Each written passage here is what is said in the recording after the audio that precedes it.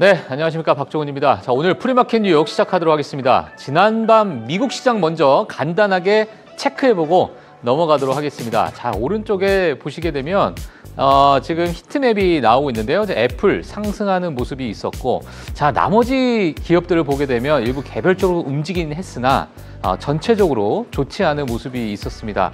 자, 지금 S&P 500뿐만 아니라 러셀 2000 지수도 지난밤 시장을 보게 되면 큰 폭의 하락을 주는 그런 모습이 있었는데, 자, 하락이 나왔던 그러한 여러 가지 이유들 좀 보게 되면요.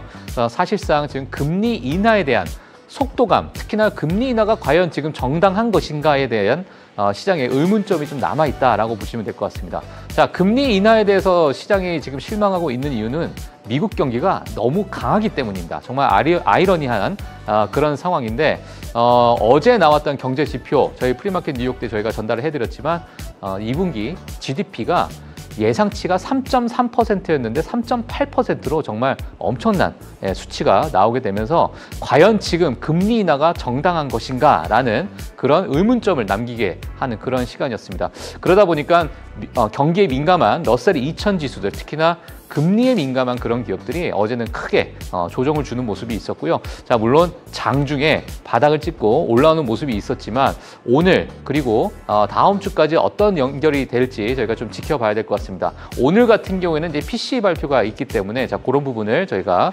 프리마켓 뉴욕 저희가 방송하는 도중에 저희가 속보로 또 전달을 해드리도록 하겠습니다. 자, 그래서 어제 같은 경우에는 우리 중소형주, 특히나 최근에 많은 수익을 좀 줬던 또는 많은 모멘텀이 좀 살아있었던 그러한 중소형 기업들이 어제는 10% 넘게 크게 조정을 주는 그러한 구간이 있었고요. 자, 오늘 또 어떤 흐름이 보일지, 또는 S&P 500의 빅테크는 또 어떤 흐름을 보일지 같이 좀 체크를 한번 해보도록 하겠습니다.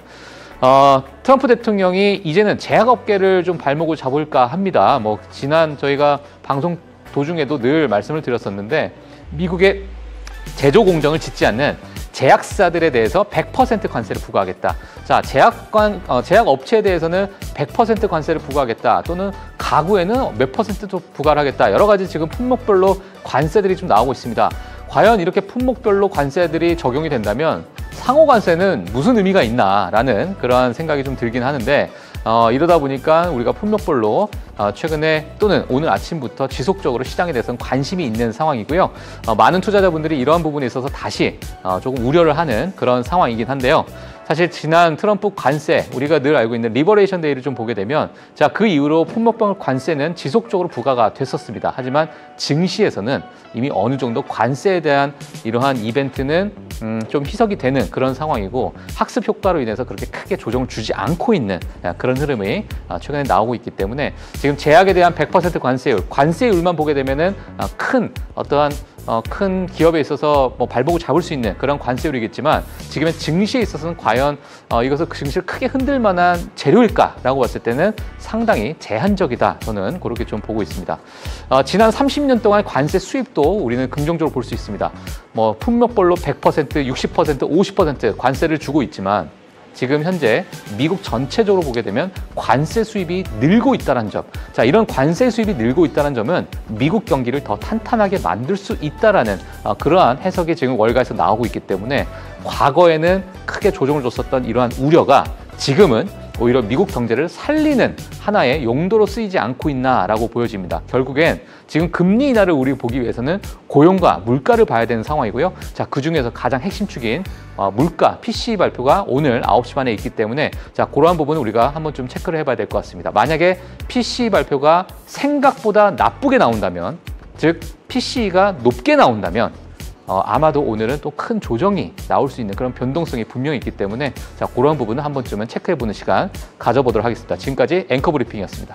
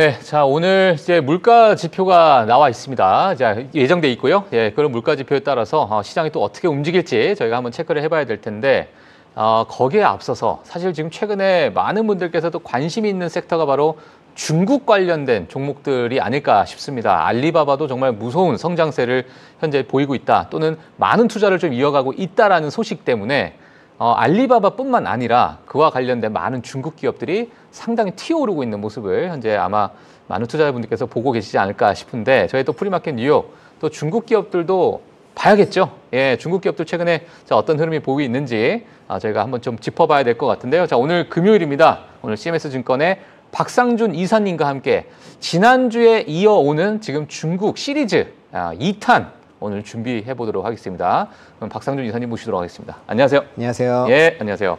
사실 지난주에 이어서 지금 네. 최근에 뭐 중국의 어떤 정치적 상황 그리고 과거에 정말 중국에 투자했다가 많이 물려서 많이 아픈 사람들, 네, 그런 부분들에 있어서 지금 최근에 다시 투자자들이 좀 몰리고 있는 그런 네, 상황이잖아요. 맞습니다.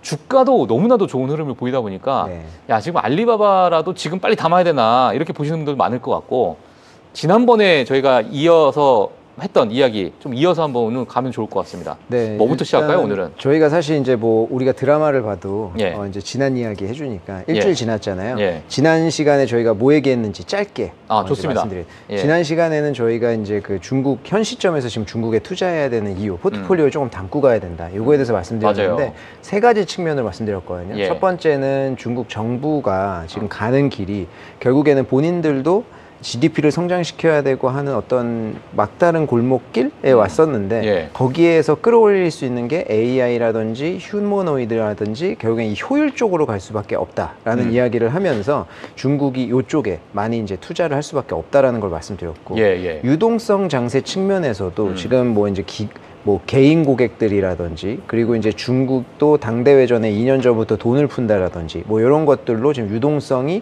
몰리기 시작했다. 예. 그래서 유동성 장세가 펼쳐지는 초입에 있다라는 말씀을 드렸었고 예. 마지막으로는 이제 전 세계 기금들이 여전히 중국 비중이 많이 비워져 있다. 그렇기 때문에 그러니까 여전히 비어져 있기 때문에 지금 채울 중국에 만약에 좀 불꽃이 튄다면 네. 이런 들어갈 수 있는 여력이 지금 있다라는 거네요. 근데 요거에 대해서 예. 이렇게 말씀드리면은 아마 그 기금들도 수익을 내기 위해서 베팅한다라고 평가할 수 있는데 요거는 구조적으로 떠밀려 가듯이 어쩔 수 없이 들어가야 되는 자금이거든요. 그러니까 뭐냐면 기금들도 벤치마크가 있잖아요.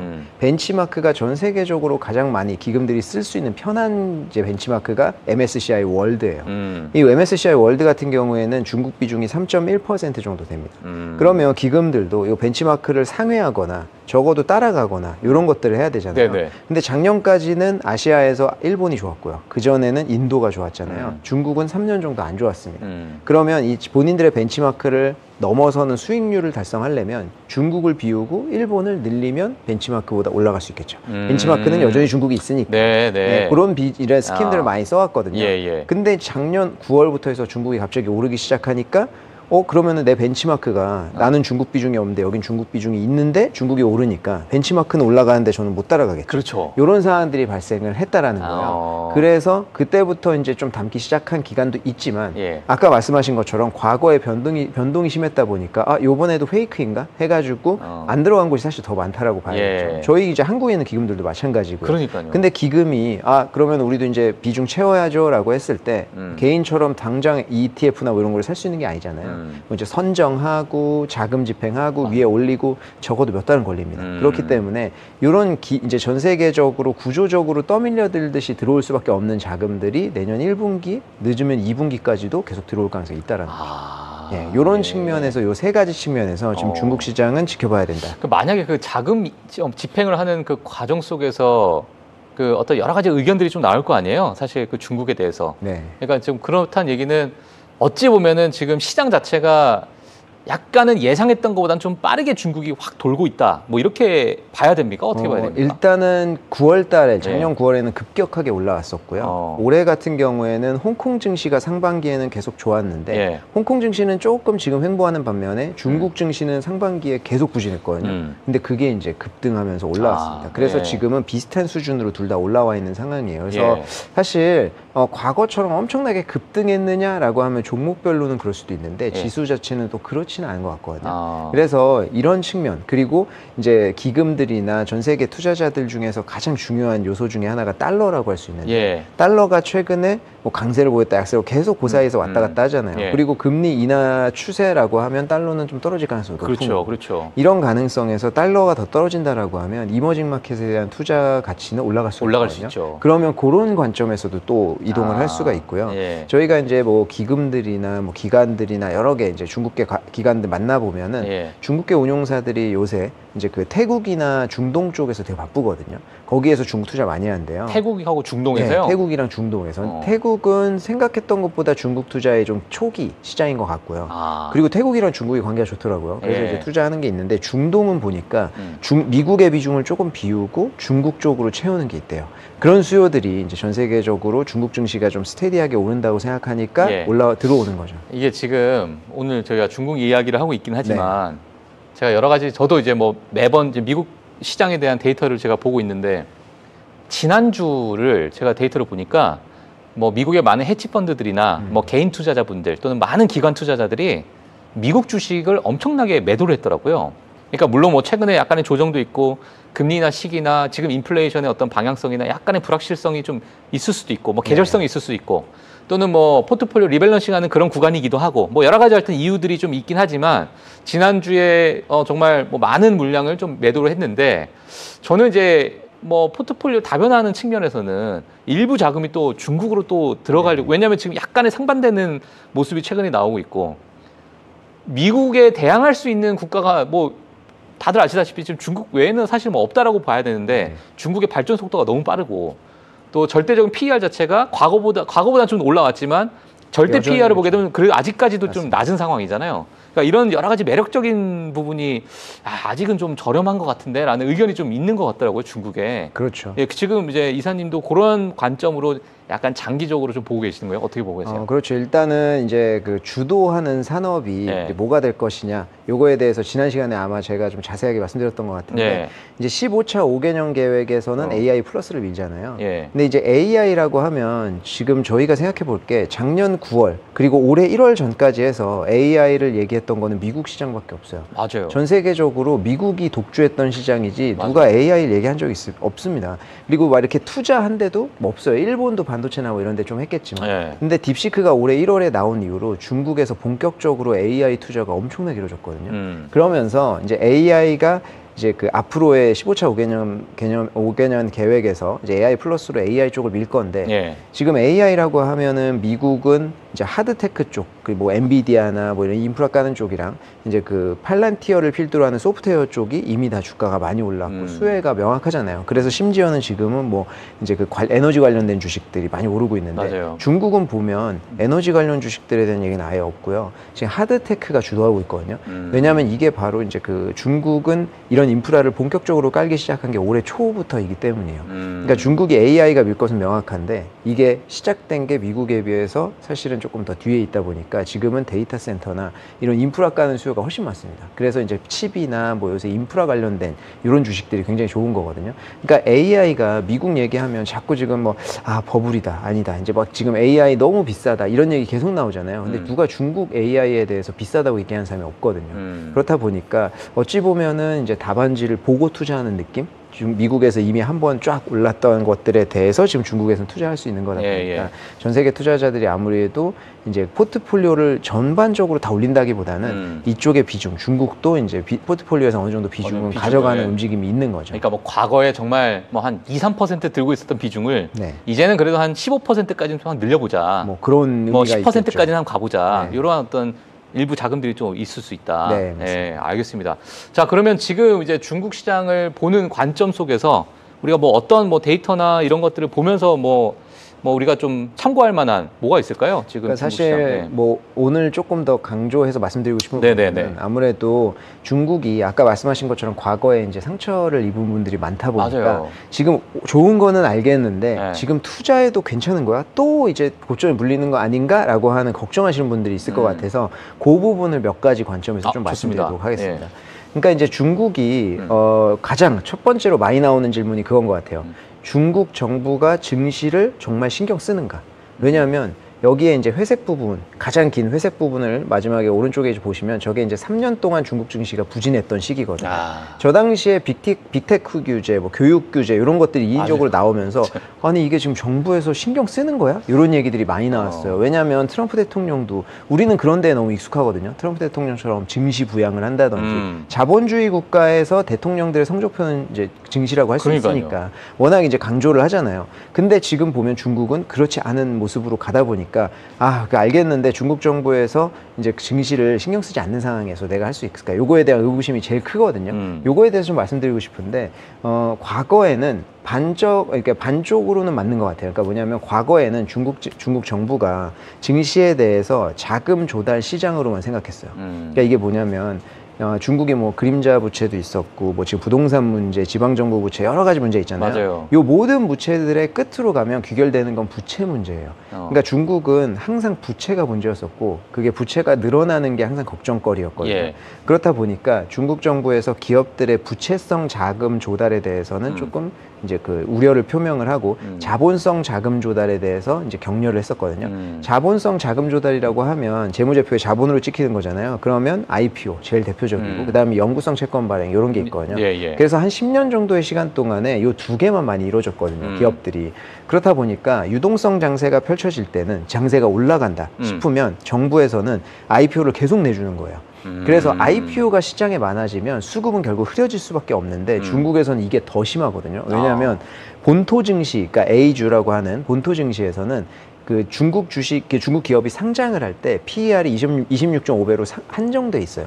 그러니까 예를 들어서 유니트리가 이제 내년 1분기에 상장하잖아요. 유니트리의 어떤 경쟁사라고 하면 뭐가 있을까 하면 뭐 유비테크 뭐 이런 것도 있지만 테슬라도 갖다 붙일 수 있거든요. 어떻게 보냐의 관점 차이잖아요. 그럼 테슬라가 경쟁자라고 하면 26.5배라고 하는 PER은 상당히 낮은 거예요. 그렇죠. 그렇다 보니까 상장하고 나면 이거는 요 정도 어느 정도 키 맞추기는 하겠구나. 그러면 요게 이제 상장하고 나서 상한가 며칠씩 치는 효과가 나타나는 겁니다. 그래서 예전에 A주 IPO는 대박이라고 했던 게 여기 있는 거예요. 그래요? 네, 밸류에이션이 너무 낮게 상장돼. 근데 밸류에이션 왜 그렇게 억지로 찍어 눌러서 상장시키는 거예요? 이유는 정확히 모르겠어요. 왜 그런 유래가 됐는지. 그 틀이겠죠. 그들만의 틀. 전 세계적으로 유일한 것 같은데 그렇게 그래요? 하면서 수급이 사실은 계속 IPO가 나오면서 이런 대박이 나니까 내가 투자자라도 IPO 좀 당연히 총알하죠. 아니 그럼 지금 말씀하신 유니트리가 만약에 그 정도 밸류에이션, 뭐 25배 정도의 밸류에이션으로 만약에 상장된다면은 뭐 글로벌의 전 세계 사람들이 다 그때 이제 상황에 따라 다르겠죠. 로봇 관련된 기업이 어느 정도나 인기가 있느냐, 뭐 그거에 따라 또 다르겠지만 단적인 예시로 그거는 말씀드린 거고 그렇다 보니까 수급이 흐려지거든요. 그러니까 이제 중국 정부에서 이런 스킴을 썼던 이유는 자본 조달만 시키려고 했던 거예요. 그렇다 보니까 이건 투자의 시장이 아닌 거죠. 근데 그게 작년 9월부터 시각이 좀 바뀌었어요. 그러니까 작년 9월에 갑자기 증시가 급등을 하면서 9월 24일이었거든요. 정확히. 증시가 급등을 하고 일주일 동안 일주일 뒤에 10월 1일부터 휴가에 들어갔습니다. 국경절 휴가. 중국은 1년에 2번 큰 휴가 있거든요. 노동절이랑 국경절. 그래서 국경절 때 이 휴가 들어가고 노동절 이 두 휴가에 소비 지표라든지 이런 것도 굉장히 중요해요. 왜냐하면 긴 휴가다 보니까. 그래서 국경절 이후에 소비 지표나 이런 경제 지표들이 나왔는데 결과를 딱 봤더니 자산 증식으로 인해서 이 그 소비나든지 이런 증식 효과가 있었던 거예요. 그러니까 부동산 같은 경우에도 그렇게 죽었었는데 임장 건수도 늘어나고 판매도 조금 늘어나고 소비도 증가하고 그러니까 중국 정부에서도 그걸 인식하기 시작한 거죠. 그래서 더 이상 증시는 자본 조달 시장뿐만이 아니라 투자 시장으로도 인식하기 시작한 거고요. 그렇다 보니까 지금은 좀 어떤 그런 것들 인식 변화를 반증하는 게 본토에서 뭐 유니트리나 이런 것들 굵직굵직한 거는 상장을 하는데 지금 증시 좋잖아요. 근데 과거처럼 그렇게 IPO가 쏟아지진 않아요. 그래서 지금 홍콩 IPO는 좀 많이 나오는 편이지만. 그러니까 지금 사실 중국도 뭐 기술력은 지금 많이 뭐 성장을 하고 있는 상황이긴 하지만은 최근에 있는 경제 지표를 보면 그래도 부채가 여전히 발목을 잡고 있고 맞습니다. 성장률에 대해서도 약간 의문점이 분명히 있는 상황이고 그러니까 그러다 보니까는 결국에는 이 증시 부양을 어느 정도 시장에서는 그러니까 중국 시장에서는 조금 이렇게 눈여겨보면서 이제 과거처럼 이러한 틀을 가지지 않고 이제 중국 증시도 한번 우리가 부양을 해서 많은 어떤 자금이 좀 돌게끔 해야겠다. 그렇죠. 그게 하나의 전략이네요, 지금. 그렇죠. 건전한 성장으로 가게 보는 거죠. 그렇다 보니까 전반적으로 중국 정부에서 이 증시를 보는 시각이 달라졌다는 게 큰 틀에서 가장 중요한 거고요.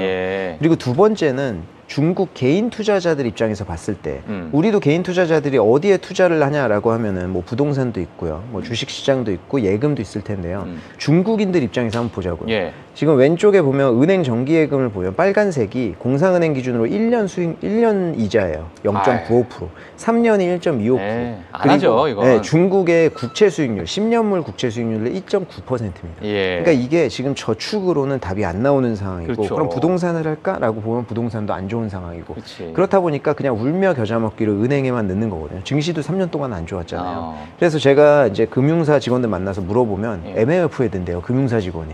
그러니까 이제 중국에서 그 정도로 투자할 데가 없었는데 최근 증시가 좋아지니까 당연히 개인 투자자들도 그쪽으로 몰릴 수밖에 없습니다. 이게 왜 가능하냐면 중국인들이 그러면 경기 안 좋으니까 돈 없어서 다 투자 못하는 거 아니야? 라고 하지만 은행의 저축률은 계속 늘어나거든요. 그리고 중국인들도 미국 투자를 하고 싶어 해요. 근데 그게 마음대로 우리나라처럼 못 하잖아요. 그래서 QD라고 하는 자격, 금액 그 기준을 받고 나서 받은 펀드, 자산운용사가 펀드를 만들든 ETF를 만들든 그걸 통해서 투자할 수 있습니다. 근데 이게 그 금액이 기준이 있잖아요. 그렇다 보니까 더 이상 늘리질 못해요. 그래서 작년 9월 전에 무슨 일이 생겼냐면 미국은 계속 가니까 중국 본토에 상장되어 있는 QD 미국 투자 ETF, 펀드 이런 것들이 프리미엄이 붙었어요. ETF인데 프리미엄이 8에서 9%씩 붙었다니까요. 그래도 그걸 샀어요. 그러니까 지금 미국 주식에 투자하는데 8에서 9%를 더 내고 사야 되는 그렇게 거예요. 해서도 투자를 했었다고요. 그러니까 야. 개인 투자자들도 투자에 대한 수요가 엄청 많은데 네. 중국 증시가 좋아지니까 그쪽으로 몰릴 수밖에 없다라는 거죠. 근데 이게 유동성이 그러면 엄청나게 개인 투자들이 많이 들어왔냐? 그거를 오른쪽에 있는 표를 보시면 알 수 있는데 예. 인민은행에서 분기 기준으로 이제 가계 설문조사를 하거든요. 예. 거기에서 자금 배분 선호도를 물어봐요. 그래서 검은색은 은행에 저축하는 거, 그리고 회색은 소비, 빨간색은 투자입니다. 그래서 요 세 개 중에 앞으로 어떻게 하실 거예요? 묻는 거예요. 근데 지금 투자는 아직까지도 부진하잖아요. 은행 예금만 지금 중국 내에서. 네, 중국 내에서. 근데 여기 분홍색으로 쳐져 있는 분야들이 뭐냐면 예. 과거에 2015년도에 유동성 장세로 중국 증시가 급등했던 때, 그리고 21년도에 코로나 증시에서 급등했던 때예요. 그때는 보면 저축이 딱 상승을 하잖아요. 예. 그러니까 중국 사람들은 주식 시장에 투자할 수밖에 없지만 아직까지도 본격적으로 뛰어든 게 아니에요. 많이 당해서 그런 거죠? 아니 아직까지는 이제 뭐 간 보는 걸 수도 있고요. 간 보는 그러니까 거요? 아직까지는 뛰어들지는 않았다 본격적으로. 그러니까 유동성이 아직까지 확 들어오지 않았는데도 네, 지금의 어떤 주가 반등세가 그쵸. 좀 강한 거잖아요. 그렇죠. 다음을 한번 보시면 예. 이게 홍콩 증시거든요. 홍콩 증시에도 이제 본토 투자자들이 들어오는 게 다 집계가 돼요. 예. 근데 2020년대 보시면 이 본토 투자자들이 홍콩에 들어온 게 15%가 안 됩니다.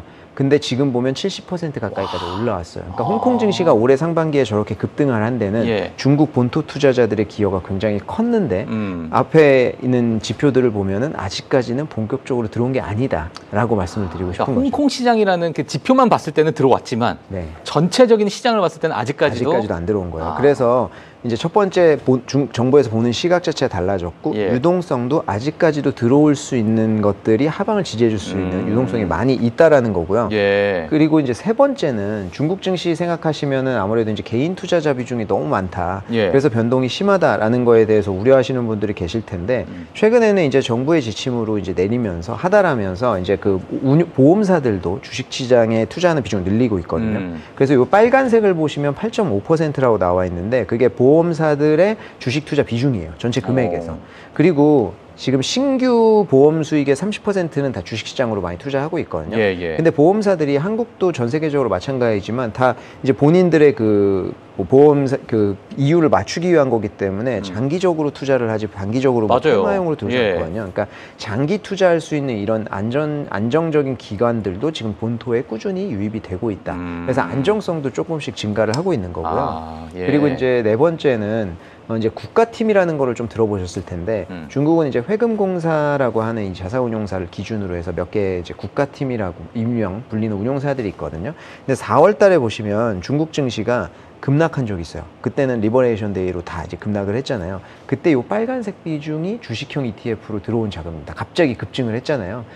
이게 그러니까 4월 빠지고 그쵸. 반등하는 그 구간 때 그러니까 그냥 빠졌을 때 이제 들어온 들어갔네요. 거죠. 네, 예. 그때 이제 국가팀이 엄청나게 ETF를 사면서 이제 그 본토 증시에 들어온 거예요. 아. 그래서 이제 앞으로는 지금도 마찬가지 계속 이제 그렇게 해왔지만 예. 국가팀이라고 하는 일명의 이제 자산 운용사들이 증시가 하락을 하면은 이제 국가의 어쩜 이제 그 지도대로 들어와서 하방을 좀 방어해 주는 거라서 과거처럼 이제 중국 증시가 엄청나게 급락을 할 때는 이런 국가팀들도 들어와서 하방을 좀 지지를 해주고 있다. 그래서 안정성이 이런 측면에서 굉장히 조금 강화되고 있는 그런 느낌입니다. 알겠습니다. 잠깐 뭐 이렇게 뭐 사실 개인 투자자의 수급 또는 뭐 기관 투자자의 수급이 아니라 그래서 보험부터 해서 정말 안정형을 추구하는 이런 기관들이 들어오게 되면 어찌 보면은 그 바닥을 좀 탄탄하게 다지는 작업이잖아요. 그렇죠. 이게 장기로 가는 거니까. 맞습니다. 지금 그런 상황에서 이미 어느 정도 올라갈 룸이, 그러니까 개인 투자자들이나 기관 투자가 들어갈 수 있는 아직 자금이 집행이 안 되고 있는 상황이니까 룸은 많이 있는 상황이고. 그리고 밸류에이션은 어때요? 지금 중국이 뭐 과거와 비교했을 때. 과거와 비교했을 때는 여전히 좀 낮은 수준이죠. 낮은 수준이에요, 아직까지? 아무래도 이제 미국이나 이런 AI 기업들과 비교를 해도 예. 뭐 아직까지는 조금 낮은 수준이라고 할 수 있을 것 같고 일부 뭐 이제 알리바바나 이런 것들은 많이 올라 있기는 하죠. 이제 예. 과거의 고점을 좀 뚫고 올라가기도 예. 하지만 여전히 이제 뭐 투자 규모라든지 뭐 그런 지금까지 플랫폼 규제나 이런 걸로 웅크려 있을 때 대비해서 엄청나게 투자를 늘리면서 예. 아직까지도 AI나 이런 데는 구축할 것들이 좀 많이 있다 볼 수 있을 것 같습니다. 알겠습니다. 그러면은 뭐 그냥 시장에서 저희가 보는 거는 사실 지금 기술 발전에 대해서 뭐 AI 칩을 만들겠다 또는 뭐 데이터 센터를 뭐 얼만큼 투자해가지고 요번에도 뭐 알리바바의 CEO가 나와가지고 3년 동안에 530억 달러 네. 수준으로 이제 계속 투자하겠다는 이야기가 나오게 되면서 알리바바가 급등했잖아요. 네. 그러니까 이러한 것들에 대해서는 뉴스로도 이제 들을 수가 있을 것 같고 결국에는 이것을 우리가 뭐 단기적으로 보시는 분들도 있겠지만 중장기적으로 내가 중국을 과연 어떻게 바라봐야 될까? 그 이변에는 그럼 중국의 경제가 어떠할까? 그러니까 중국을 지금 지탱하고 있는 경제가 완전히 정말 뭐 형편없는데 지금 뭐 나오는 뉴스 때문에 단기적으로 올라가면 우리가 중기적으로 좀 보기가 힘들잖아요. 중장기적으로. 그런 경기는 지금 어떻습니까? 근데 중국의 경제 지표는 아직까지는 아직까지는 올라오지 못하고 있어요. 그렇다 보니까 이제 많은 이제 이론적으로 봤을 때는 예. 중국 증시가 이렇게 급등한 데 대비해서 펀더멘털이 아직 안 올라오니까 요게 이제 문제다라고 이야기하는 측면이 되게 크죠. 근데 이게 그런 게 있는 것 같아요. 일단은 중국 하면은 GDP 성장률에 대해서 많은 분들이 이제 집착을 하십니다. 과거에 이제 10% 막 오르고 했다 보니까 지금은 5%인데 이제 앞으로는 중국도 당연히 저성장으로 갈 수밖에 없어요. 왜냐하면 선진국으로 올라갈수록 그건 당연한 결과잖아요. 그렇죠. 근데 이제 중국에서 GDP를 앞으로 어떻게 끌어올리느냐라고 하는 수단이 좀 중요한 것 같은데 GDP를 이제 끌어올릴 수 있는 요소가 뭐 이제 노동 생산성도 있고요, 자본 생산성도 있고 총 요소 생산성 이렇게 세 가지 정도를 봅니다. 근데 과거에는 당연히 노동비가 중국이 엄청 쌌잖아요. 그리고 FDI도 엄청 들어가고. 그러니까 이 두 가지 요소가 GDP를 많이 끌어올렸죠.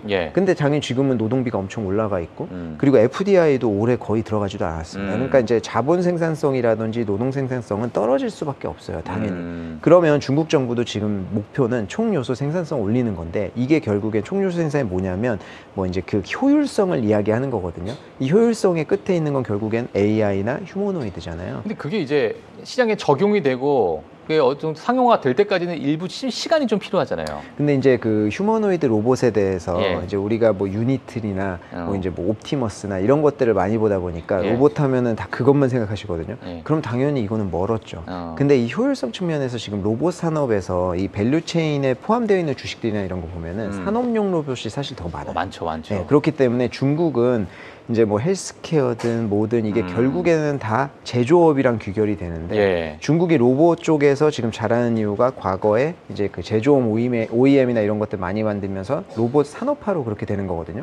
그래서 지금 테슬라 밸류체인에서 분류되는 뭐 액추에이터, 우리 사람으로 치면 근육 같은 거 이런 거 만드는 것도 결국에는 큰 그림으로 가보면 그 굴삭기에서 이렇게 왔다 갈 때 밀어주고 당겨주는 그거 있죠. 그 액추에이터예요. 그게 작아지는 거거든요. 그래서 그런 것들이 지금 굴삭기 원래 만들고 이러던 데가 지금은 로봇 휴머노이드 쪽으로 가는 겁니다. 그래서 우리가 생각하는 것처럼 휴머노이드가 그렇게 저렇게 걷는 뭐 이런 로봇가 나오기 전에도 사실 이 효율성은 꾸준히 제고될 수가 있는 거예요. 그리고 우리가 테무 같은 거 뭐 이야기할 때 되게 많이 비웃잖아요. 아, 테무 공장에서 불났는데 봤더니 와 지금 어떻게 하지 봤더니 20만 원어치 탔다 뭐 이런 얘기 나오잖아요. 근데 그런 이제 재밌는 얘기도 있지만 테무가 그런 가성비 제품을 이제 빨리 전 세계적으로 낼 수 있었던 이유는 다 이게 이제 그 공급망 체인의 효율화랑 연관이 많이 되어 있거든요. 저도 요즘에 알리를 좀 이용을 해봤는데 네. 뭐 나쁘지 않던데요, 가격 대비해서. 맞습니다. 그래서 뭐 그게 이제 희화화돼서 많이 됐지만 그 이면에는 이제 산업, 그러니까 그 어떤 그 제조업을 이제 그 산업화, 공급 체인화 시키면서 거기에서 나온 게 굉장히 크고 우리가 지금은 좀 많이 회자가 안 되지만 쉬인 같은 경우에 쉬인도 공급망 혁명이거든요. 그게 단순히 유니클로처럼 엄청 싸게 만드는 게 아니라 쉬인은 그 어떤 데이터를 돌려가지고 인기 있는 데이터가 만약에 그 하루에도 엄청나게 많은 정보를 이제 웹페이지나 이런 데 올려가지고 거기에서 인기가 증가하는 옷을 며칠 만에 만들어버리는 그런 효과예요. 그게 그래요? 본인들이 이제 공급망 체인을 중국에서 갖고 있으니까. 그러니까 사실 그게 공급망 혁명이거든요. 저희가 이제 너무 이제 우습게 생각을 했지만, 그러니까 그런 것들이 어떤 효율성 제고로 꾸준히 이어진다는 거죠. 여기에 이제 AI랑 휴머노이드 같은 기술들이 접목이 되면서 GDP 성장을 올리는 게 앞으로는 이런 이제 굵직한 것들이 아니라 효율 쪽으로 간다. 그렇기 때문에 GDP가 과거처럼 엄청나게 안 나와도 증시나 이제 경제에는 훈풍을 불어일으킬 수 있는 요소들이 있는 거죠. 알겠습니다.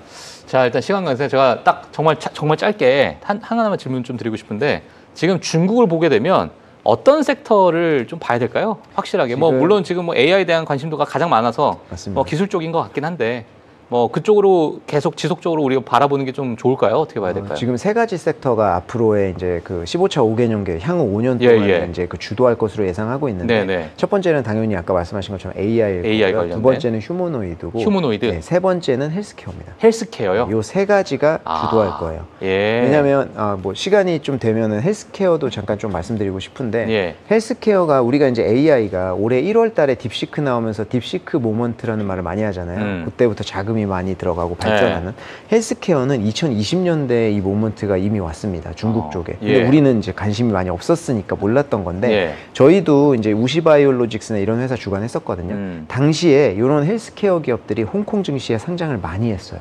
그러면서 중국 정부에서는 어떤 기준들이 내려왔냐면 지금 이제 신약이나 이런 거 만드는 거 기준을 중국 내 기준이 아니라 FDA 기준으로 바꿨어요. 그러면서 향후 그 5년 동안 중국 내에서 자본 조달된 걸로 엄청나게 많은 신약들이 나왔고요. 지금 전 세계적으로 이 신약 쪽의 비디의 30% 정도는 중국이 차지하고 있어요. 그리고 2030년까지 빅파마들은 특허가 많이 만료가 됩니다. 만료가 되면 신약이 필요하거든요.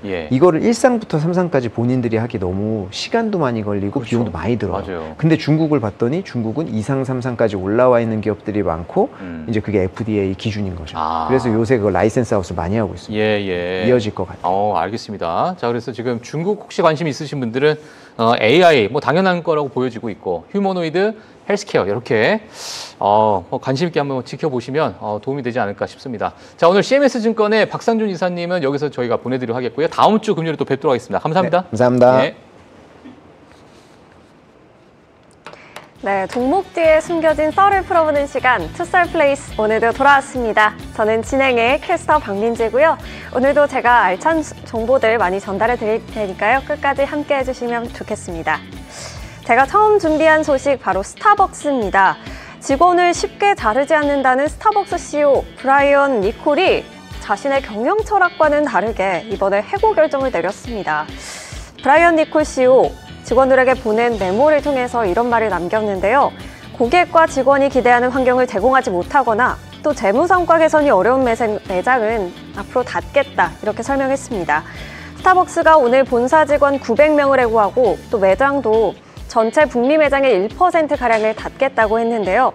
대상이 된 매장에 시애틀 스타벅스 본사도 포함이 됐습니다. 그렇다고 스타벅스가 매출 반등을 위한 노력을 전혀 안 했던 것은 아닙니다. Back to the Starbucks. 제발 스타벅스로 돌아와줘. 이런 캠페인을 벌이기도 했었는데요. 제조음료의 손글씨나 그림으로 고객들에게 스윗한 메시지를 전한다거나 좀 더 편안한 공간으로 리모델링을 하는 등의 노력을 들였습니다. 그래서 구조조정에 들인 비용이 얼마인지 궁금하신 분들 많을 텐데요. 10억 달러를 책정을 했고요. 그중 1억 5천만 달러는 퇴직금이나 해고 수당으로 활용이 되고 또 8억 5천만 달러는 문을 닫는 비용으로 쓰일 예정이라고 합니다.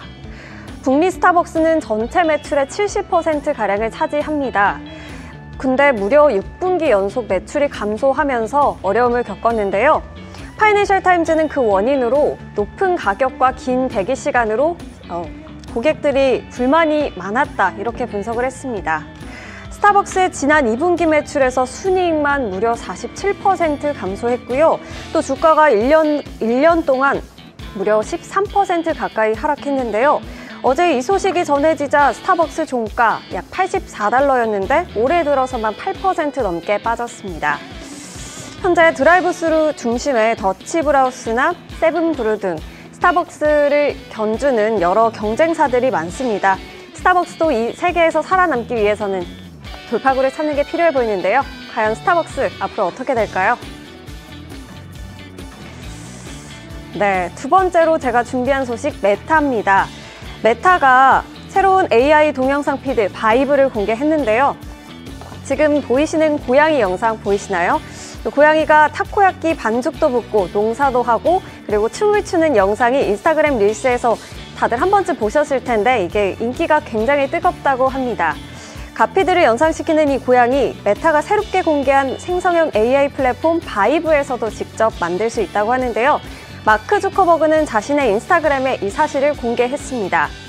직접 영상을 만들거나 기존 영상을 섞어서 배경이나 음악, 스타일을 바꿀 수도 있습니다. 또 이를 피드에 공유하거나 인스타그램과 페이스북 스토리로 교차 게시할 수도 있는데요. 공개 이후 저커버그 인스타그램 상위 댓글에는 이런 말까지 담겼습니다. 저품질 콘텐츠를 뜻하는 AI 슬롭을 게시하고 있다는 반응 등이 달리며 AI 생성물이 넘치는 상황에서 오히려 AI 홍수를 낳고 있다 이런 지적도 있었는데요.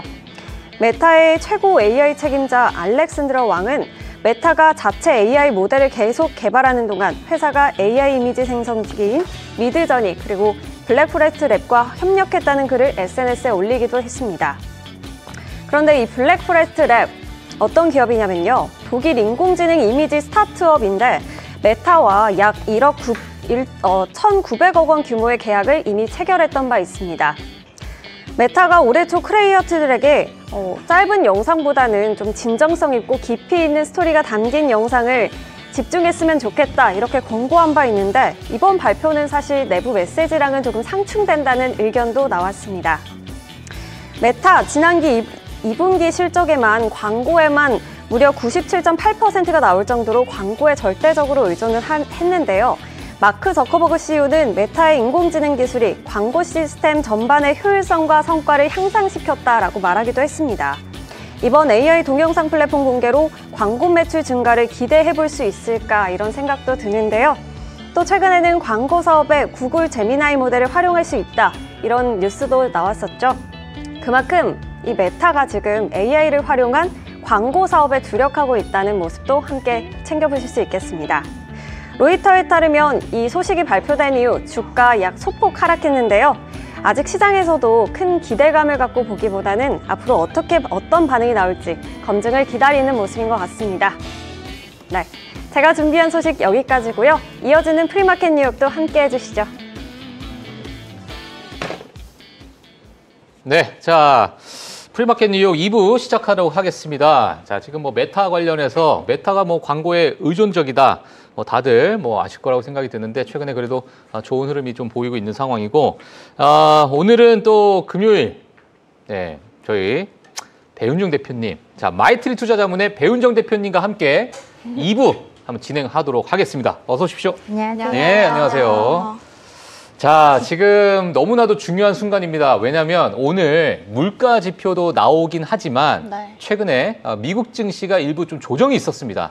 자, 그 조정이 있는 구간에서 많은 전문가분들이 다양한 의견을 지금 내고 있어요. 저는 개인적으로 사실 어제의 그 금리 인하에 대한 낙관론이 일부 약간 좀 불식됐다라는 그러한 의견들 때문에 네. 약간 조정이 있었지만은 경기가 좋잖아요. 그러니까 GDP도 좋게 맞습니다. 나오고 지금 3분기에 대한 GDP도 3.3% 정도로 긍정적으로 나오고 있는데 이걸 과연 우리가 여기서 매도를 해야 되나? 숏을 쳐야 되나? 아니면 또 롱을 잡아야 되나? 다양한 의견들이 좀 있을 것 같습니다. 네, 그래서 그런 이야기를 오늘 또 배 대표님과 함께 아주 깊게 또 이야기를 한번 해보도록 하겠습니다. 자, 일단 간단하게 배 대표님께 여쭤보신 게 지금 시장의 분위기 어떻게 좀 보고 계신지 간단하게 좀 부탁드리겠습니다. 오늘 코스피도 그렇고 좀 경계감이 많이 맞아요. 있는 것 코스피도 안 같습니다. 좋았죠. 예. 네, 코스피 오늘 좀 큰 낙폭이 컸었기 때문에 다들 우려가 많으실 것 같고 시장 그래서 전반적으로 오늘 뭐 아시아권에서는 전반적으로 다 조정의 분위기가 있었고요. 예. 그런데 오늘 유럽 시장은 조금 반등하면서 시작을 했고 지금까지는 뭐 소폭의 상승을 하고 있는데 결국에는 당분간은 경계감과 함께 박스권을 좀 유지할 수 있는 흐름이 있을 것 같다라고 좀 보여집니다. 예, 조금 더 하방 압력이 있을 거라고 좀 생각하세요. 어떻게 보세요? 네, 저는 뭐 지난주에도 말씀드렸지만 예. 지금 저희가 경기와는 또 별개로 주가에 있어서는 밸류에이션 높은 건 사실이기 맞아요. 때문에 네. 이 정당화하는 그 과정이 필요하고 그거를 확인하기까지 이제 그 퀘스천이 필요해서 예. 당분간 좀 시간이 걸릴 것 같다. 그래서 그 기간 내에는 어떤 이벤트성으로 조정이 있을 수 있다라고 보여집니다. 알겠습니다.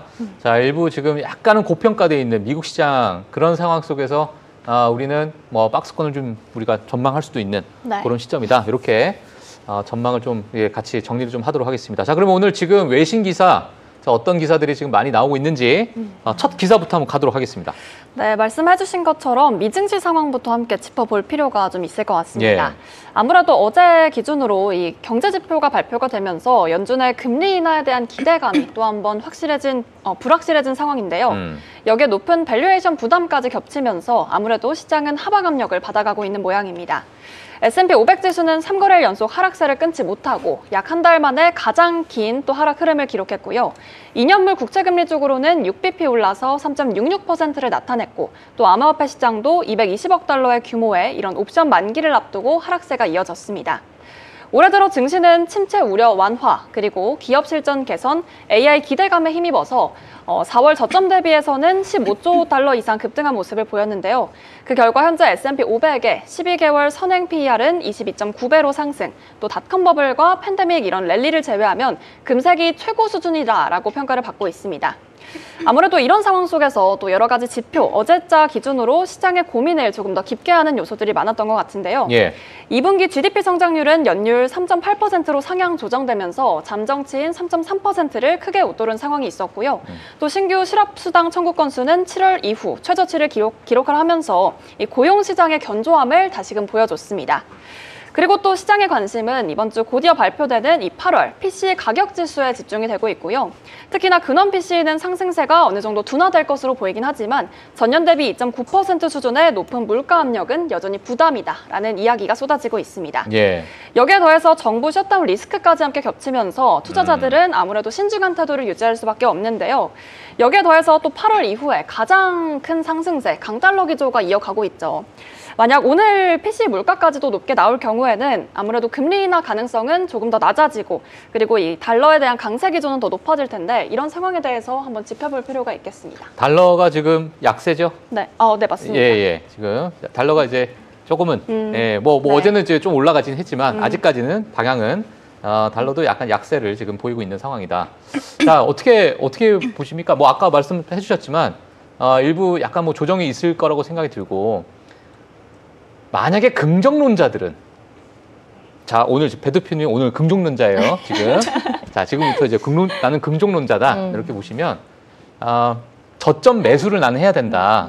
자, 그러면 지금부터 담아 가실 거라고 보세요? 아니면은 지금은 나는 저점이 아닐 것 같다. 하지만 나는 매수 의견이 있다. 뭐 어느 정도 좀 우리가 좀 기간을 두고 어떤 이벤트를 좀 보고 우리는 가야 될까? 뭐가 있을까요? 일단 그 결론에 앞서 좀 어제 지표들을 좀 같이 이렇게 풀어서 생각해보면서 결론을 한번 말씀드려볼게요. 예. 어제 GDP 결과가 나왔는데 GDP가 2년 내 최고 수준이었어요. 3.8%. 근데 이거를 우리가 뜯어보면은 결국엔 소비 한 축과 이 관세 수입의 감소가 한 축이었습니다. 네. 결론적으로는 트럼프가 한 관세의 영향으로 인해서 수입이 줄었다가 시장의 이제 컨센서스인 것 같아요. 그러면 이게 GDP가 정말 늘어난 거야? 이건 사실 숫자 노린 거잖아요. 네, 그래서 정말 미국 경기가 좋으냐를 다양한 방법으로 좀 저희가 계속 검증할 필요가 있을 것 같아요. 일단 소비 같은 경우에는 그래도 증가했다라는 것 자체가 여전히 소비는 좀 강하다. 물론 그 소비층을 보게 되면은 고소득자들이 좀 많은 비중을 차지하고 있는 건 맞지만 그래도 전반적으로 그 경기 자체가 미국이 또 소비 국가다 보니까 가장 비중을 또 소비로 좀 둘 수밖에 없잖아요. 네. 그러면 이제 소비 자체는 그래도 견고한데 앞서 말씀하신 것처럼 뭐 수입 수출에 대해서 요거는 한번 우리가 한번 품목별로 좀 따져보든지 아니면은 아까 뭐 일시적인 어떤 계절성을 또 우리가 지켜봐야 되는 것이고. 그렇죠. 그러니까 여러 가지 뭐 그런 봤을 때 저는 개인적으로 그래도 견고하지 않나. 미국 경기라는 것 롱돈이가 자체가. 롱순이를 하나 자판으로 만들고 제가 이제 싶으시대요. 아까 전에 제가 먼저 전제를 깔았죠. 오늘은 롱순이다. 롱이라고. 예. 저는 숏순이에요. 그래요? 거의 이제 주입을 시켜주시는 네, 과정을 맞아요. 보고 민신의 있습니다. 대변이에요. 자, 그러면 저는 항상 주식의 롱온리 전략이 좀 중요합니다. 예. 그래서 롱인데 언제 하느냐의 타이밍인데 맞아요. 일단 이제 저희가 하나하나 짚어보는 과정에서 예. 두 번째 짚어보고 싶었던 것들은 그러면 말씀 주셨잖아요. GDP가 그래도 괜찮지 않냐, 거시경제 괜찮은 거 아니냐. 예. 그러면 우리가 그 다음 스텝인 금리 측면에서 한번 보면은요. 네. 페드가 그 파월이 말을 했습니다 어제. 물가는 상승의 방향 그리고 고용은 하락의 방향으로 방향성을 잡은 것 같다라는 말을 했습니다. 우리가 그동안 고용이 먼저야 물가가 먼저 이거를 두 개를 재다가 네. 방향성이 좀 모호하다라고 했었는데 그냥 파월은 방향성은 결정이 된 거로 인식을 했어요. 예. 그리고 굉장히 리스크죠. 예. 우리가 지금 가장 경계하는 게 스태그플레이션이잖아요. 예. 물가도 안 잡히고 고용은 안 좋아져. 예. 근데 이거에 대해서 파월이 발언을 했기 때문에 저도 이거에 대한 좀 우려가 걱정이 스럽고요. 그러면 우리가 매수를 하기는 하지만 어떤 시점에 하냐? 미국 경기의 방향성이 결국에는 중요할 것 같은데 지금부터 그러면은 시장 참여자들이 뭘 할 거냐는 거죠. 호재에 더 반응할 것이냐, 악재에 더 반응을 할 것이냐. 예. 네. 그럼 와중에 트럼프는 또 계속 관세 압박을 하고 있습니다. 오늘 참 아시아 증시가 많이 빠진 것도 사실 트럼프가 오늘 중간에 네. 바이오 관세와 뭐 맞아요. 반도체 관세에 대해서 강하게 얘기를 했어요. 맞아요. 네. 그러면 당분간 3분기에서 4분기까지는 계속 이런 흐름이 가져갈 수 있어서 3, 4분기 조금 지켜보면서 저희가 매수 타이밍을 잡아야 될 거라고 좀 보여집니다. 알겠습니다. 자, 그래서 지금 뭐 4분기 때는 조금은 뭐랄까요? 그러니까 지금의 고평가돼 있는 구간에서 네. 뭐 하나만 딱 나와도 과거에는 좀 작았던 이유가 이제는 그렇죠. 크게 느껴지는 뭐 그런 상황이 될 수도 있고 과거에는 그냥 두리뭉실하게 그냥 받았던 그런 지표가 이제는 자 뜯어봅시다 이제 이렇게 나오다 보니까 그 중에서 뭐 하나만 이제 명분이 걸리면 네. 야 이거 이거 내려가야 돼 약간 요런 이야기들이 좀 나오고 있는 것 같은데 일단 알겠습니다. 뭐 물론 이제 우리가 스태그플레이션이라는 이제 단어가 나오게 되면 사실상 이제 뭐 소비가 어떠냐, 뭐 예를 들면 그런 부분도 있겠지만은 뭐 실업률이 또 올라가냐, 요것도 하나의 또 큰 축이잖아요, 사실. 그러니까 이제 또 실업률도 우리는 또 체크를 해봐야 되고 물가는 또 어떻게 되며, 뭐 고용은 어떻게 되며, 여러 가지 이런 것들이 또 나오다 보니까 만약에 뭐 이제 그런 단어가 나오기 시작하면 다시 또 실업률은 또 그럼 하나하나 경제지표 발표할 때마다 변동성이 뭐 계속 좀 나올 수 있는 그런 시기가 아닐까라고 생각이 드네요, 지금. 제가 생각해보니까. 그리고 말씀하신 것처럼 저희가 약달러로 방향으로 가야 되는데 네. 그래야 우리가 지금 생각하는 시나리오들이 있잖아요. 그렇죠. 이머징으로의 자금 이동 가고 그래야 한국 시장도 수혜를 받고 맞아요. 그리고 중소형주에서 투자가 가고 이런 구조가 일어나는데 예. 약달러가 안 간다. 그러면 계속 흐지부지. 어. 또다시 신흥시장은 그럼 가는 거야 마는 거야 라는 국면이 될 수가 있는 거죠. 알겠습니다. 자, 하여튼 뭐 이런 상황에서 많은 분들께서 좀 복잡하실 것 같아요. 네, 그래서 우리는 외신 기사 하나 더 보고 생각 정리 한번 해보도록 하겠습니다. 예. 좋습니다. 예. 두 번째는 관세 얘기를 또 빼놓을 수가 없죠. 간밤 또 굉장히 많은 또 이슈를 많이 냈는데 예. 사실 관세 전쟁 이제 몇 차례인지도 모를 정도로 정말 이 시기를 알 수 없을 정도로 내놓고 있는 상황인 것 같습니다. 맞아요. 함께 구체적인 내용 짚어보면요. 이 10월 1일부터 외국산 대형 트럭 또 의약품, 주방 욕실용품 등 이렇게 고율 관세를 부과하겠다고 밝혔는데요. 자신의 SNS 트루스 소설을 통해 트럼프 대통령은 미국 내 제약 공장을 건설 중이지 않은 이 제약사의 브랜드 의약품에 대해서는 100%의 관세를 부과하겠다는 소식이 있었습니다. 이 사실상 해외 제약사들에게 미국 내 생산 투자 압박을 가하는 조치였고요. 이 한국의 대미 의약품 수출액은 지난해 약 15억 달러에 달해 수출업체들은 이번 관세 부과에 적지 않은 영향을 받을 것으로도 보고 있습니다. 예. 이 또한 트럼프 대통령은 미국 대형 트럭의 제조업체를 보호하기 위해서 이 맥트럭과 같은 회사들이 외부 경쟁에 또 대응을 할 수 있도록 10월 1일부터 트럭에도 또 25%의 관세를 부과한다는 내용을 전했는데요. 사실 이 관세 부과는 무역확장법 232조에 따라서 지난 4월부터 이 중대형 트럭과 또 부품 수입이 국가 안보에 미치는 미치는 영향을 바탕으로 또 진행이 되게 됩니다. 트럼프 대통령은 또 제조업은 계속해서 보호해야 되며 또 안보 국가와 경제 건강을 위해서 계속해서 중요하다는 말을 이었고요. 또 여기에 더해서 제가 앞서 말씀드린 이 주변 시설물들, 주방 시설물들에도 관세를 부과하게 됩니다. 예. 그렇기 때문에 이 천이나 가죽으로 마감된 가구들에는 특히나 30%의 관세를 부과한다고 밝혔고요. 아무래도 이 외국산 제품이 계속해서 들어오는 것에 대해서 어떻게든 막아보겠다 이런 심리로 좀 파악이 됩니다. 예.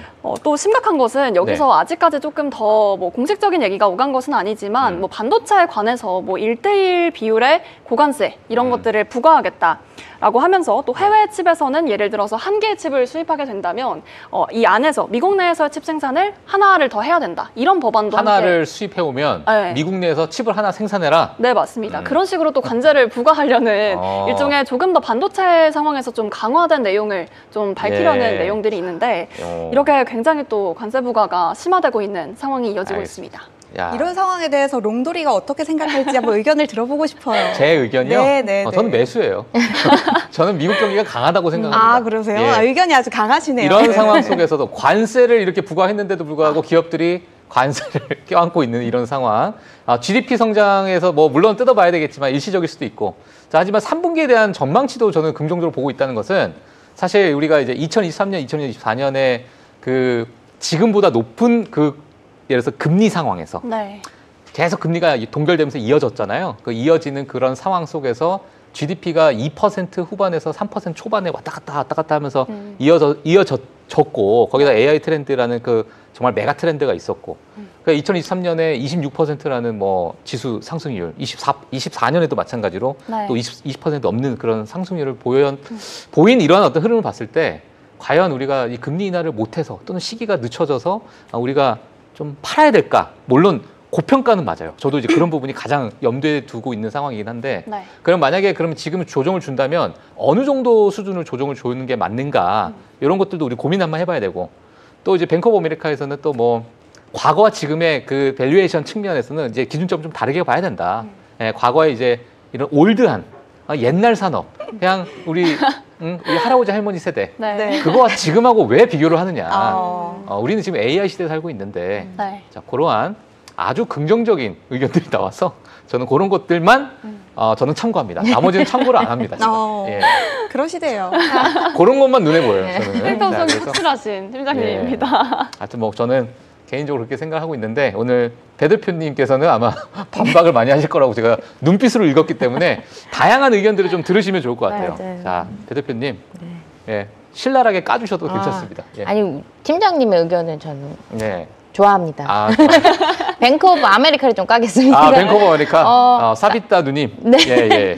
빅테크의 PER은 그래 오케이 인정을 한 보는데 그러면 S&P의 정통 산업들의 PER은 왜 그렇게 올라갔느냐? 네, 우리가 이따가도 볼 거지만 코스트코의 PER이 53배입니다. 아, 맞아요. 제가 코스트코 하는지는 어떻게 하셨어요?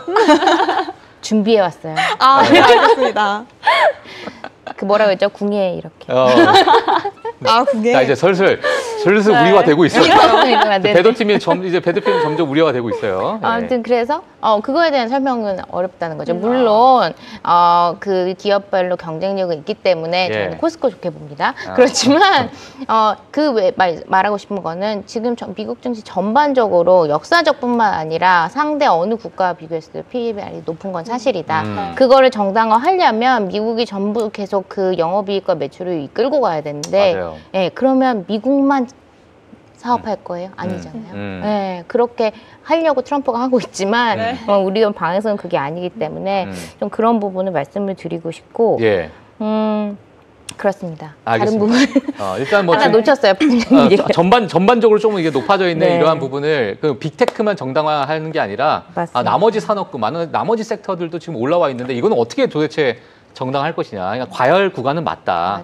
그렇게 정리를 좀 하시면 될 것 같습니다. 자, 그래서 지금 김익혜스님께서 두 가지 지금 시장의 거시경제 측면에서 정리를 좀 해주셨기 때문에 자, 이제 기업으로 한 가지 생각이 났는데 네네. 아까 말씀드리려다가 놓친 게 그 스태그플레이션을 약간 좀 어떻게 체감을 하시면 이제 어떻게 생각을 체감해야 돼요? 해봤어요. 우리가 지금 부동산 가격에 대한 뭐 이거를 관리를 해야 하는 거는 정책적으로 필요한 일이지만 네. 여기서 좀 부의 효과가 일어나는 것들이 예를 들어 강남을 비롯한 수요가 많은 것들의 그 가격을 튀어잡으니까 네. 오늘도 나왔어요. 서울 집값 그리고 마포, 용산, 성동구 뭐 가격이 뭐 한 달에도 3배, 네. 4배 이렇게 뛴다고 해요. 결국에는 의도치 않았던 다른 가격 상승이 일어나는 거잖아요. 저는 관세도 비슷하다고 생각을 해요. 풍선 효과처럼. 네, 그 관세도 미국 네. 미국 거 이용해라고 하기 위해서 나머지 시장, 나머지 수요를 다 못 가져가게 하는 건 거잖아요. 사고 싶어도 못 사게 하는 건 거잖아요. 가격을 휘어잡으면서.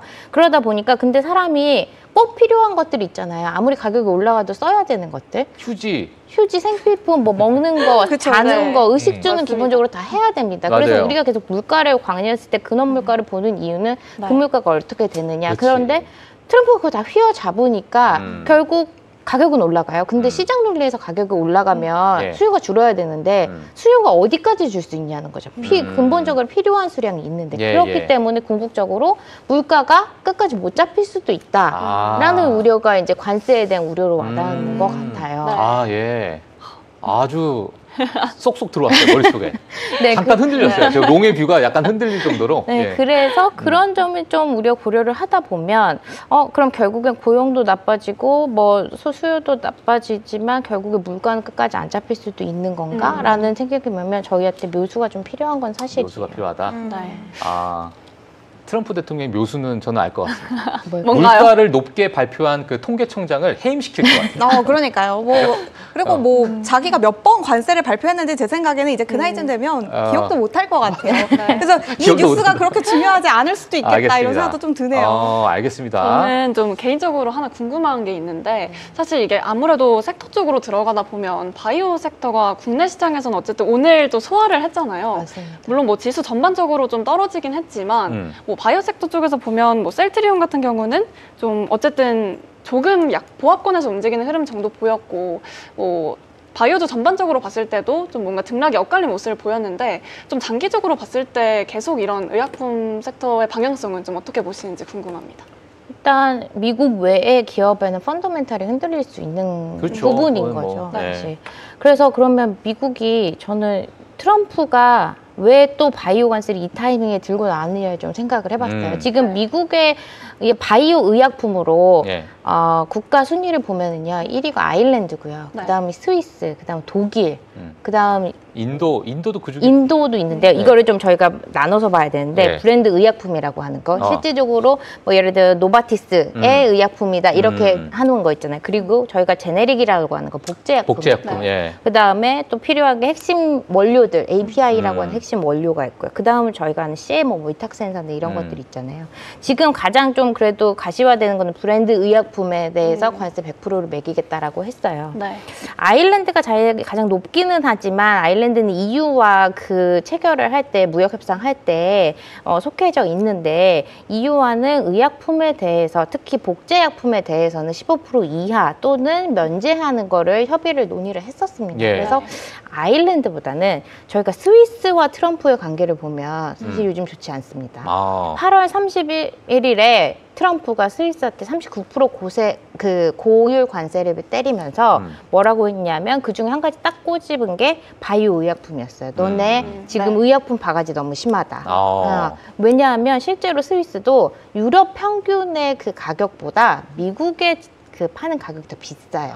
그래요? 네, 그래서 미국이 지금 뭐 그런 상황에 있기 때문에 딱 트럼프는 좀 스위스를 타겟을 한 이게 관세 이번 논의가 아닐까라는 좀 생각을 해봤어요. 예, 그 다음에 만약에 브랜드 의약품이 아니라 저희가 제네릭이나 API까지 가면 이건 사실 미국 내의 경기에도 굉장히 치명적입니다. 왜냐면 제네릭 같은 경우는 미국에서 처방전을 발행할 때 90% 이상이 제네릭을 복제약을 쓴대요. 예. 그러면 여기에 관세를 매기면 당장 미국 사람들이 약을 사기가 어려워지는 상황이 되는 거죠. 그래서 제네릭이나 또 API도 마찬가지예요. 지금 인도가 API API를 굉장히 많이 수출을 하고 있기 때문에 미국에 네. 인도를 타겟을 하는 그런 관세도 염려가 되지만 사실 이 또한도 다시 생각해 보면 미국 국민들에게 영향을 주는 거라서 그거보다는 브랜드 의약품, 고마진을 가지고 있는 여기에 좀 관세를 부과를 하는 방향인 것 같고 그렇다고 한다면 브랜드 의약품의 기업들이 1차적으로 가장 큰 영향을 받겠죠. 근데 다행히 한국에서는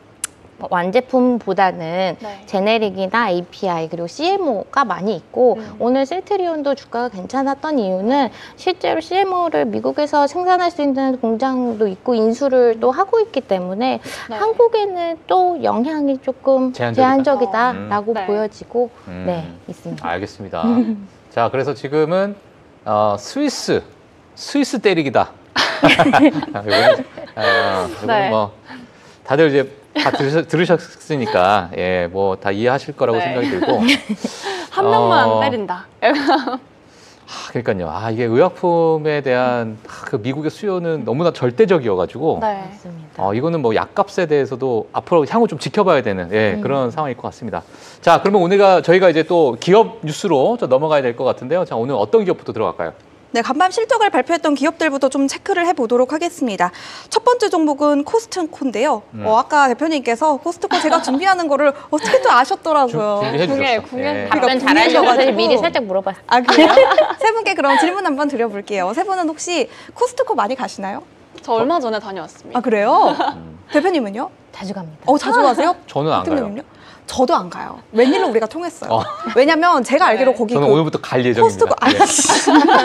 코스트코가 방금 욕한 것 같은데? 아니. 예, 알겠습니다. 제가 알기로는 코스트코가 이 멤버십이 있어야 갈 수 있는 걸로 알고 있거든요. 근데 제가 사실 그거를 만드는 게 조금은 부담스러워가지고 저는 코스트코는 안 가고 이마트 트레이더스를 좀 자주 가는데 뭐 어쨌든 뭐 코스트코나 뭐 이마트 트레이더스나 뭐 창고형 매장은 뭐 동일하니까 맞아요, 코스트코를 가봤다라고 생각을 하고 한번 말씀을 좀 드려볼게요. 예. 가면 어때요?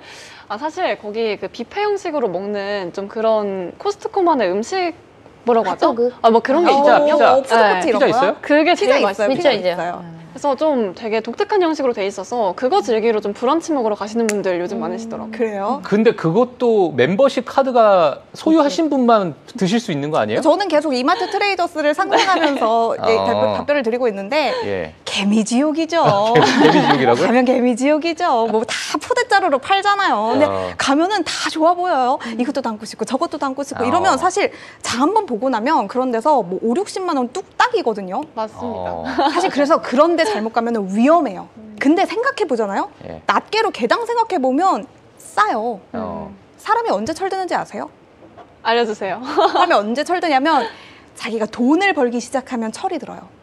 그래요? 제가 어떤 생각을 했냐면 저도 옛날에 어릴 때 아빠 카드 쓸 때는 100원, 200원, 1000원, 2000원 귀한 줄을 몰랐거든요. 예. 그냥 뭐 필요한 게 있으면 편의점 가서 뭐 웃돈 주고 사고 뭐 이런 네. 스타일이었는데 제가 제 돈을 벌어보고 나니까 제가 볼 때는 아직 돈을 못 버신 것 같은데. 네. 아니에요. 제 돈을 벌어보고 나니까 그 100원, 200원, 1000원, 2000원이 아깝더라고요. 예. 맞아요. 이게 진짜 필요한 것만 사도 사실 돈 그런 건 나가니까. 근데 그러니까. 뭔가 쓸데없는 거 사는 돈을 이렇게 보면은 나중에 내가 이걸 왜 샀지 싶은데도 사게 되더라고요. 맞아요. 근데 뭐 어쨌든 저는 좋은 얘기를 하려고 그런 거기는 해요. 왜냐면 지금 박 팀장님도 그렇고 뭐 민 씨도 그렇고 배 대표님도 그렇고 쟤 또 떠드네 이렇게 생각을 하셨을 것 같죠? 사실 아니에요. 정확하게 맞출 수 있습니다. 아니에요. 저희가 지금 대화를 나눈 내용이 야. 바로 코스트코의 오늘 컨퍼런스 콜의 내용의 골자였습니다. 아, 그래요? 저같이 생각하는 사람들이 어. 많아지고 있대요. 그러니까 예. 코스트코도 점점 젊은 회원들이 늘어나고 있고 이익이 잘 나오고 있다. 이렇게 얘기 드리면 기억이 안 남잖아요. 예. 그래서 제가 한번 토크를 한번 풀어봤어요. 역시 빌드업이 오늘 네, 오늘도 역시나 쩔었습니다. 예. 빌드업의 여신이라고 알겠습니다. 불러주세요. 예. 코스트코 실적 좀 자세하게 좀 짚어드리도록 할게요. 4분기 EPS는 $5 87센트, 매출은 861억 6천만 달러, 그리고 순이익도 26억 1천만 달러로 모두 예상치를 상회를 했습니다. 유가와 환율 효과를 제외한 동일 매장 매출은 전년비 6.4%, 전자상거래 매출은 전년비 13.5%, 분기 중 회원권 이익도 14% 정도 늘어났다라고 하는데요. 이 유료 회원 증가와 연회비 인상이 모두 반영된 결과였다고 합니다. 코스트코는 지난해 가을 2017년 이후 처음으로 기본 회원비는 연 $5, 그리고 상위 등급 회원비는 연 $10씩 올린 바가 있죠. 그럼에도 불구하고 2030 회원들이 급증했다라는 분석입니다. 온라인 쇼핑 편의성, 다양한 상품군, 또 저렴한 식사 등이 가성비를 찾는 요즘 미국 젊은 세대들의 유입을 좀 이끌었다라고 하는데요. 이 게리 밀러칩 코스트코 CFO는 최근 CNBC와 인터뷰를 통해 회원들의 평균 연령이 현저하게 좀 낮아지고 있으며 매년 신규 가입자의 절반 가까이가 40세 미만이다라고 답변을 했다고 합니다. 이 코스트코는 트럼프 행정부의 관세 정책에 타격을 입을 것이라는 우려 속에 현지 조달 확대, 또 상품군 변경 등을 통해서 가격 경쟁력을 잘 유지하고 있다는 호평을 받고 있습니다. 이 관세의 영향을 많이 받는 상품들은 코스트코의 프라이빗 브랜드인 커클랜드 시그니처 제품으로 대체를 했다라고 하고요. 일부 품목들은 외국산 대신 미국산으로 조기 선적을 하거나 관세 피해가 비교적 적은 헬스와 뷰티 등의 분야에도 집중을 하고 있다고 합니다. 다만 인플레이션에 대한 부분은 여전히 불확실성으로 남아 있습니다. 코스트코는 식품을 포함한 대체적인 부분의 인플레이션은 여전히 한 자릿수 초중반이지만 비식품 부분은 2분기 연속 인플레이션이 심화되고 있다라고 전했는데요. 다만 오히려 경기가 둔화될수록 이 대용량을 저렴하게 판매하는 코스트코에게는 더욱더 기업 가치를 높일 수 있는 좋은 기회가 될 수도 있습니다. 실제로 많은 월가 전문가들은 관세 환경을 효율적으로 코스트코가 관리를 하고 있기 때문에 연말 쇼핑 시즌에도 긍정적인 흐름이 기대된다라고 말하기도 했다고 하는데요. 즉 아직까지는 동전의 양면처럼 앞면이 나올지 뒷면이 나올지 정확하지가 않다라는 게 내용의 골자였습니다. 물가가 판매 관리 비용을 높이는 악재가 될 수도 있겠고요. 오히려 경쟁업체 대비 차별화를 강조하며 호재가 될 수도 있다는 뜻이겠습니다. 실제로 골드만삭스는 코스트코의 이번 실적 발표는 흥미로운 시점에 이루어졌다며 이 코스트코의 방어적인 강점을 재확인하기는 했지만 밸류에이션이 여전히 정당한지를 시험하는 무대가 될 것이다라고 표현을 하기도 했는데요. 보시면 호실적에도 불구하고 코스트코의 주가는 그렇게 썩 좋은 편은 아닌 것 같습니다. 정규장에서도 약보한 마감을 했고요. 현재 프리마켓에서는 그것보다 낙폭을 더 키운 1% 미만대의 하락률을 보여주고 있습니다. 또 하나의 코스트코의 주가에 하방 압력을 가하는 요인은 밸류에이션이 과도하게 부담된다라는 측면인데요. 코스트코의 주가는 최근 5년간 약 180% 정도 급등을 했습니다. 올해 들어서는 3% 상승 정도에 그치고는 있는데요. S&P 500 지수가 12% 정도 연초 대비 상승한 것과 비교를 해본다면 비교적 좀 낮은 수준이다라고 보실 수가 있겠습니다. 그러니까 다시 한번 말씀을 드리자면 밸류에이션 부담이 여전히 높은 건 맞지만 이전에 비하면 그게 많이 완화되고 있다라는 측면으로 이해를 해보실 수가 있겠습니다. 여러 가지 해석들이 공존하는 가운데 주가도 좀 방향성을 잡지 못하고 있다라는 평가들이 좀 많이 나오고 있는 것 같은데요. 이 관세 파급력에 대해서 코스트코가 과연 어떤 식으로 장기적으로 대응을 해나갈지 여기에 좀 초점이 맞춰진 것 같기는 해요. 일단 실적 자체는 좋았지만 앞으로의 상황은 관세도 그렇고 물가도 그렇고 소비자들의 그런 소비 심리도 그렇고 말씀해 주셨던 것처럼 미국의 경제도 그렇고 앞으로의 상황은 조금 더 지켜볼 필요가 있다라는 부분에서 주가가 좀 상승분이 일부 좀 제한된 부분이 있다라고 좀 요약을 해서 정리를 해보시면 될 것 같습니다. 알겠습니다.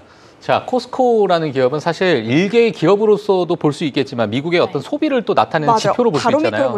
그래서 우리가 과거 2022년 혹시 기억하실지 모르겠지만 그때 정말 크게 하락했을 때 그 당시에 이제 월마트, 타겟 같은 이러한 기업들의 실적 발표가 났을 때 지수가 6%씩 빠졌어요. 맞아요. 가이던스 하나 잘못 냈다고. 아직도 그날을 기억해요. 그러니까 그러한 경우도 물론 그때는 너무나도 이제 시장의 모든 관심사가 이제 고금리 상황에서 이제 시장이 어떻게 나올 것인가, 소비가 어떻게 되고 있는가 이런 거에 대해서 다 집중하고 있었는데, 자 지금도 마찬가지로 약간 고평가되고 있는 이 코스트코 주가에서 과연 앞으로의 가이던스를 어떻게 좀 바라봐야 될까, 관세는 또 어떻게 우리가 또 바라봐야 될까, 품목별로 봤을 때는 또 어떻게 영향을 받을까, 이게 지금 너무나도 변수가 많은 상황이니까 시장에서도 이거를 이제 함부로 뭔가 재단하기가 상당히 쉽지 않은 그런 상황이다 보니까 또 코스트코 주가는 또 재미가 없어요. 제가 코스트코 말씀을 드릴 때 가성비라는 표현을 좀 사용을 했는데 혹시 팀장님은 그 자리에 계셨던 것 같아요. 가성비라는 표현을 제가 마지막으로 언제 썼는지 혹시 기억하세요? 가성비라는 단어를 쓴 적이 없으신 것 같은데요. 있어요. 저렴한 가성비 요거를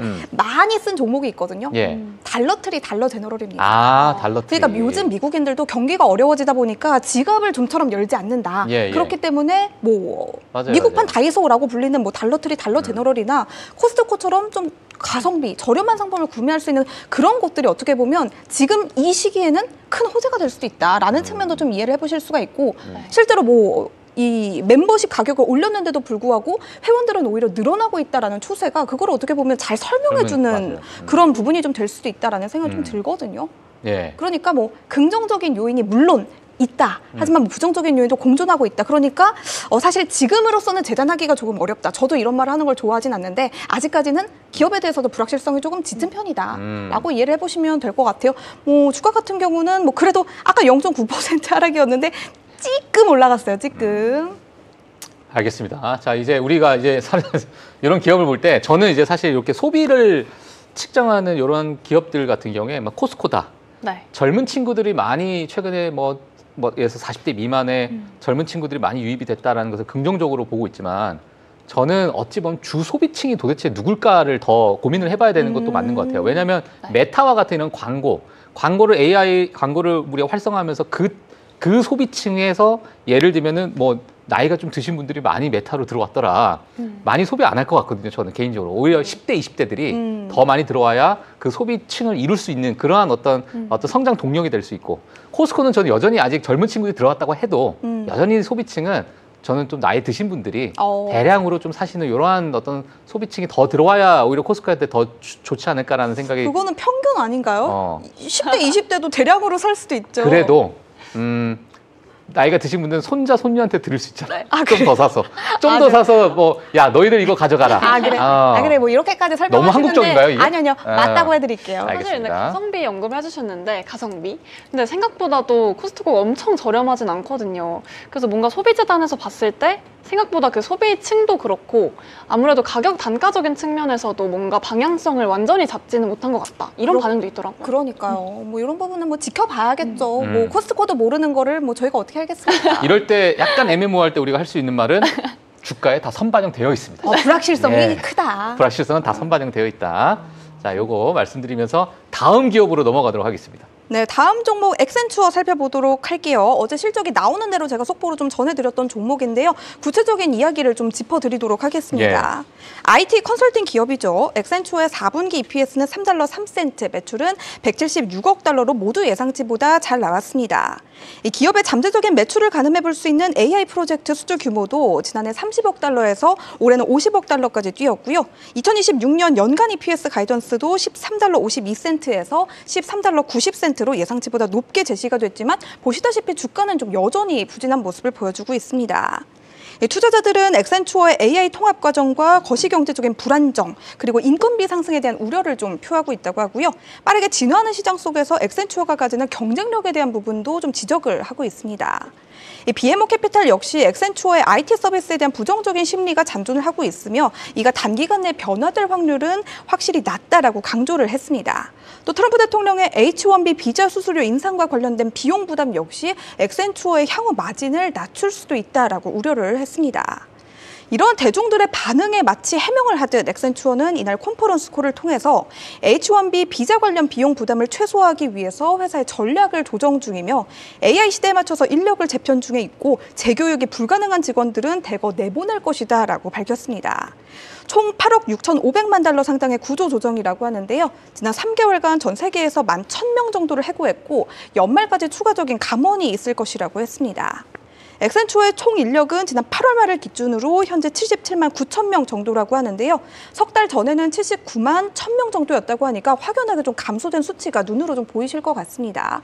엑센추어 같은 경우에도 뭐 전반적으로 시장의 경쟁력이 좀 강화되고 있는 이러한 시장 분위기 속에서 최대한 비용 같은 부분을 좀 절감하려고 하는 그런 분위기가 좀 엿보이는 것 같기도 하고요. 또 AI 시대에 발맞추어서 좀 불필요한 인력들을 이렇게 좀 제거하는 그런 차원에서 회사의 그런 전략들을 좀 재편하려는 그런 움직임이 보인다라고 설명을 좀 해드리면 될 것 같습니다. 네, 알겠습니다. 자, 엑센추어 이 기업에 대해서 정리를 좀 해주셨고 지금 실적 발표 기업들 사실 어찌 보면은 뭐 재미가 없는 실적 발표 시즌일 수 있는데 맞아요. 중간중간에 핵심적인 뭐 마이크론도 이번 주 나왔고 뭐 코스코, 엑센추어도 뭐 그 중에 하나이기 때문에 자, 이런 기업들도 뭐 AI를 어떻게 또 접목하는지도 한번 같이 지켜보시면 또 여러 가지 어떤 투자 아이디어들이 좀 나올 수 있다. 이것도 좀 말씀을 좀 드리도록 하겠습니다. 자, 그래서 자, 이렇게 이제 기업 이야기는 잠깐 정리를 하도록 하겠고요. 자, 저희가 이제 외신 기사로 한번 또 넘어가도록 하겠습니다.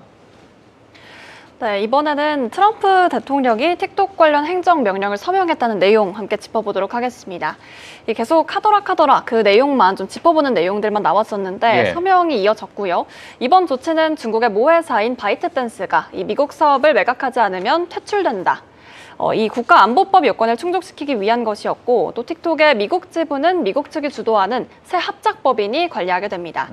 이 새 법인의 지분 구조를 보면 오라클, 또 실버레이크, 아부다비 기반의 MGX 투자펀드가 약 45%를 보유하게 되는데요. 바이트댄스 측은 투자자들과 또 신규 투자자들이 약 35%, 그리고 바이트댄스 자체는 20% 미만의 지분만을 갖게 됩니다. 가격은 공식적으로 아직까지 언급되지 않았지만 이 부통령 JD 벤스는 이번 거래에서 틱톡 미국 사업의 가치는 약 140억 달러 수준이라고 밝히기도 했습니다. 또 오라클은 이번 거래에서 틱톡의 보안 운영을 총괄하게 되고요. 또 기존처럼 클라우드 인프라도 계속해서 제공할 예정이라고 합니다. 트럼프 대통령은 오라클 CEO 레리 앨리슨이 직접 이 딜에 이 거래에 참여하고 있다면서 미국인이 소유하고 또 미국인이 운영하는 틱톡이 될 것이라고 밝히기도 했습니다. 흥미로운 건 바이트댄스 측은 이 거래에 대해서는 아무런 공식 입장을 내놓지 않았고요. 또 중국 정부의 승인도 아직까지 확보가 되진 않은 상황인데 이 트럼프 대통령은 시진핑 주석이 사적으로 승인 의사를 전했다라고 말을 했고 또 협상 과정에서 중국 측의 저항이 있었다고 제비 벤스 부통령도 함께 언급을 했습니다. 한편 이번 거래에서 미국 정부는 지분을 취득하지 않으면 골든쉐어, 즉 특수 지분도 포함되지 않는데요. 지난주 트럼프 대통령은 이 바이든 대통령 시절 서명된 국가안보법의 발효 시점을 연기하는 그런 행정명령도 함께 서명을 했습니다. 올해 12월 16일까지 틱톡은 법적인 제재 없이 미국 내에서 운영이 될 수 있고요. 이로써 틱톡은 다시 한번 미국 시장에 잔류할 수 있는 이런 길을 열었다라는 또 내용이 되겠습니다. 알겠습니다. 자, 틱톡이 정말 이런저런 얘기가 많습니다. 네. 결국에는 이제 조금 누구의 손에 넘어가는가는 이제 정리가 된 것 같고, 이제 틱톡에 대한 시점, 이제 우리 미국 국민들이 또 쓸 수 있는 그런 시점까지도 어느 정도 이제 좀 가시화되고 있는 것 같은데, 이 틱톡에 보고 나서 대표님은 또 어떻게 좀 보고 계세요? 이 틱톡에 대해서. 혹시 뭐 보고 계시는 관점이 있으세요? 지금 틱톡을 가장 큰 이제 시나리오가 세 개의 회사가 한 15%씩 나눠서 지분을 인수를 하겠다라고 하는데 그 세 가지 회사가 하나는 오라클이고요. 오라클. 하나는 실버레이크라고 하는 미국의 사모펀드입니다. 그리고 하나는 아랍에미리트의 국부펀드예요. 국부펀드? 네. 잘 보시면 사업에 연관성 있는 건 오라클밖에 없죠. 그렇죠. 네, 나머지 두 개는 이제 트럼프가 만들어낸 아마 네트워크가 아닐까 싶어요. 그리고 이 썰로 아랍에미리트에서 이제 데이터 센터를 만들 때 트럼프가 얼마 전에 AI 칩 50만 개를 살 수 있게 해주겠다고 했어요. 네, 지금 우리 칩 서로 못 사서 난리인데 아랍에미리트 50만 개 싸준다고 했습니다. 그 대가로 틱톡을 인수를 해라라는 걸 얘기를 했을 거다라는 썰이 있어요. 꽤 정당화될 만한 썰인 것 같아요. 근데 오라클이 그러면 틱톡 인수한 거에 대해서 저는 좀 약간 이거 크게 봤어요. 좀 의미가 메시징에 있는 거라고 본 게 지금 오라클은 자꾸 언급되는 회사가 오픈 AI고요. 맞아요. 네. 어제 오픈 AI는 또 엔비디아랑과의 또 사업을 확장을 하는 걸 얘기를 했고요. 네. 그럼 잘 뜯어보시면 AI의 산업 체계에서 오픈 AI는 LLM 모델을 가지고 있고요. 엔비디아는 칩을 가지고 있고요. 네. 오라클은 클라우드를 가지고 있습니다. 얘네 셋만 있어도 데이터. 전 세계 데이터, 이 AI 시장을 다 생태계를 만들어 나갈 수가 있어요. 네. 그러면 얘네 뭐 하려고 하는 거지? 거기다가 이제 오라클이 틱톡도 운영을 합니다. 실제로 우리가 알고리즘이라고 하는 것들이 사실 되게 무섭잖아요. 네. 우리 생활의 굉장히 깊은 곳에서 알고리즘과 데이터를 뽑아낼 수 있는 그런 지위를 갖게 되는 건 거죠. 산업을 통해서. 그래서 여기에 AI 산업에 있어서의 전 리더십을 좀 더 공고히 하는 그런 방향성으로 가고 있는 것 같아서 조금 무섭다는 생각이 한편으로 들기도 했고요. 투자의 관점에 있어서는 엔비디아, 오픈 AI 그리고 오라클 더 갈 수도 있겠지만 AI에 대해서 이들이 다 독점을 한다면 어떻게 되는 거지? 지금 오픈 AI 챗GPT의 사용자, 그러니까 주간 활성화 사용자가 8억 명이래요. 네, 전 세계 인구는 60억 명이고 사실 유의미한 그런 인터넷이 깔리는 그걸 생각을 해보면 네, 8억 명 그리고 연말까지 10억 명 도달을 목표를 하고 있다고 합니다. 시장에서도 좀 그걸 예상을 하고 있고요. 그러면 이미 우리가 생각보다 훨씬 더 많은 지구상의 인구가 챗 GPT를 활성화해서 사용을 하고 있다. 여기에 계속 밸류체인들이 빅테크들이 가담을 하고 있다. 여기에 대해서 좀 저는 틱톡까지 포함을 해서 포함하면 더 무서워지는 더 하나의. 무서워지는 그러니까 지금 틱톡 클라우드. 사용자가 1억 7천만 명 정도 제가 알기로는 뭐 그 정도 되고 있는데 이게 막대한 데이터가 또 이 안에 숨어 있고 사실상 아실지 모르겠지만 미국 국민들은 틱톡을 더 많이 썼었어요. 맞아요. 그래서 규제를 한 거거든요, 사실. 그러니까 이제 인스타나 뭐 이래서 페이스북은 이제 거의 한물 간 거라고 보고 있었고, 그다음에 뭐 스레드가 나왔는데 스레드도 뭐 영 약간 좀 시원찮았던 초창기 그런 모습이 있었고, 그러니까 인스타그램이라는 거에 약간 집중되어 있는 이런 상황에서 틱톡이라는 게 물론 이제 유튜브나 뭐 유튜브 쇼츠나 이런 것들도 나왔지만은 틱톡을 따라가는 용도밖에 되지 않았었던 그쵸. 그때의 어떤 흐름을 봤을 때 틱톡의 그 영향력이라는 게 정말 어마어마했기 때문에 지금 그 틱톡을 가진다라는 것 자체가 뭐 제이디 펜스 부통령은 뭐 이게 14빌리언, 그러니까 우리나라 치면 한 18조 원 정도가 되는 건데 뭐 요정 저는 그거보다 저는 훨씬 클 거라고 좀 보여집니다, 사실. 그래서 틱톡이 지난번 그 대선 때도 되게 역할을 좀 크게 했다 이런 얘기 맞아요. 있더라고요. 예. 사실 그 정치적인 어떠한 그 뭐랄까 트렌드를 만들어가는 거에서 그러니까요. 미국이 저는 그냥 딱 잡아버린 것 같아요. 안 되겠다 얘네들. 이런 생각이 좀 들기도 했고. 저희도 플랫폼을 유튜브가 아니라 틱톡으로 옮겨가야지 전 세계적으로 좀 유명해지는 거 아닐까요? 그렇죠. 예, 그러면 이제 일단 뭐 조사 받으러 가셔야 될 것 같아요. 그래서 우리 저기 나온 것처럼 춤도 춰야 돼요. 뭐 이렇게 그렇죠. 춤추더라도 자료화면에서. 좋아요. 알겠습니다. 전 싫어요. 그거 이제 근데, 따로 나가셔가지고 알겠어요. 개인적으로 틱톡 하시면 될 것 네. 같습니다. 사실 근데 이 오라클 쪽으로 봤을 때 굉장히 또 호재다 하면서 반응이 좀 좋았는데 아직까지 프리마켓장에서의 반응이 좀 크게 뛰진 않는 모습이 보이긴 하거든요. 이게 뭔가 지속성 면으로 봤을 때도 그렇고 오늘만 봐서 그렇기도 하고 또 왜 반영이 안 됐는지 그런 부분도 궁금합니다. 지금 뭐 먼저 제가 먼저 말씀드릴까요? 지금 오라클의 주가가 여기서 더 튀어 올라야 되는데 왜 안 오르고 있지? 예. 이게 전 개인적으로 이 미국에 있는 많은 투자자들이 똑똑해져서 그래요. 정말로. 단순 지능의 증가. 지능이 증가했어. 네. 그 어떤 지능이 증가했냐면 이 친구들이 닷컴 버블을 많이 공부를 한 거예요. 같은 근데 상황을 지금의 반복할 어떤 수는 현금 없다. 흐름, 그러니까 오픈 AI가 다 너무나도 중요한 것. 지금 시점에서 뭐 증자를 하든 돈을 빌리든 뭐 빚을 어디 져서 투자를 하든 모든 어떤 방법을 가리지 않고 해 나가야 되는 건 맞지만 네.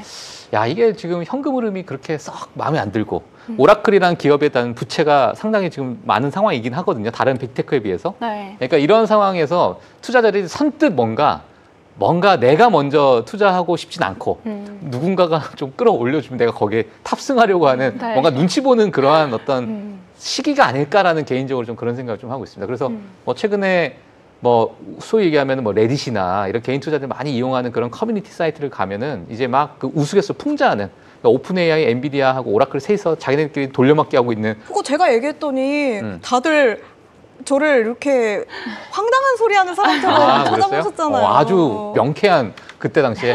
네, 그때 당시 여기 3명이 다 저를 이렇게 봤단 말이에요.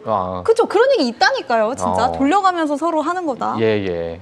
알겠습니다. 네. 그래서 뭐 하여튼 그러한 어떤 뭐 그런 시장이 아닐까 뭐 이렇게 봐야지는데 혹시 뭐 또 보시는 관점이 또 있으시면 말씀 주신 것처럼 요즘에는 그 세론이 별로 없는 것 같아요. 세론이 별로 없다. 데이터 실적 확인하고 나서 우리가 아는 이벤트나 호재에 더 많이 가기 때문에 오히려. 우리 이제 오라클이 실질적으로 틱톡 운영을 하게 되고 그게 실질적으로 사업의 시너지가 어떻게 날 것이며 하는 것들을 지금 지켜보고 오히려.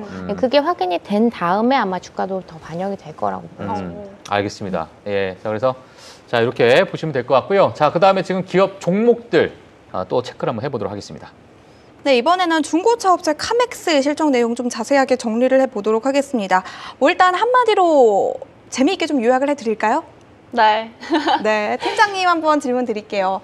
팀장님은 드림카가 뭐예요? 예를 들면 구글이 대박이 났어. 구글이 제가 500만 원 투자한 게 대박 나서 50억이 됐다? 50억이 됐어. 그러면은 드림카가 뭐예요? 저요? 네네.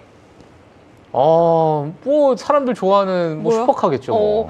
딱히 생각을 근데 안 하셨나 폴쉐? 봐요. 예.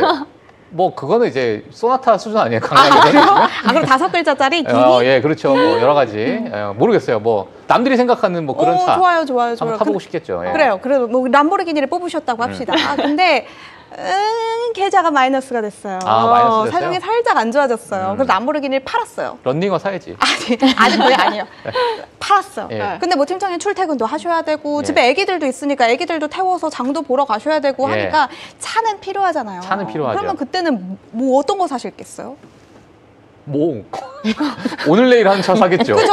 오늘 내일까지는 아니어도 뭐 시원찮은 거. 아까 뭐 포르쉐를 소나타급이라고 하셨지만 뭐 소나타 사셔야겠죠. 예를 들면. 뭐 그렇죠. 예, 예. 근데 그거보다 지갑이 조금 더 가벼워졌어요. 그럼 뭐 사시겠어요? 진짜 런닝을 사야 되는 거 아니에요?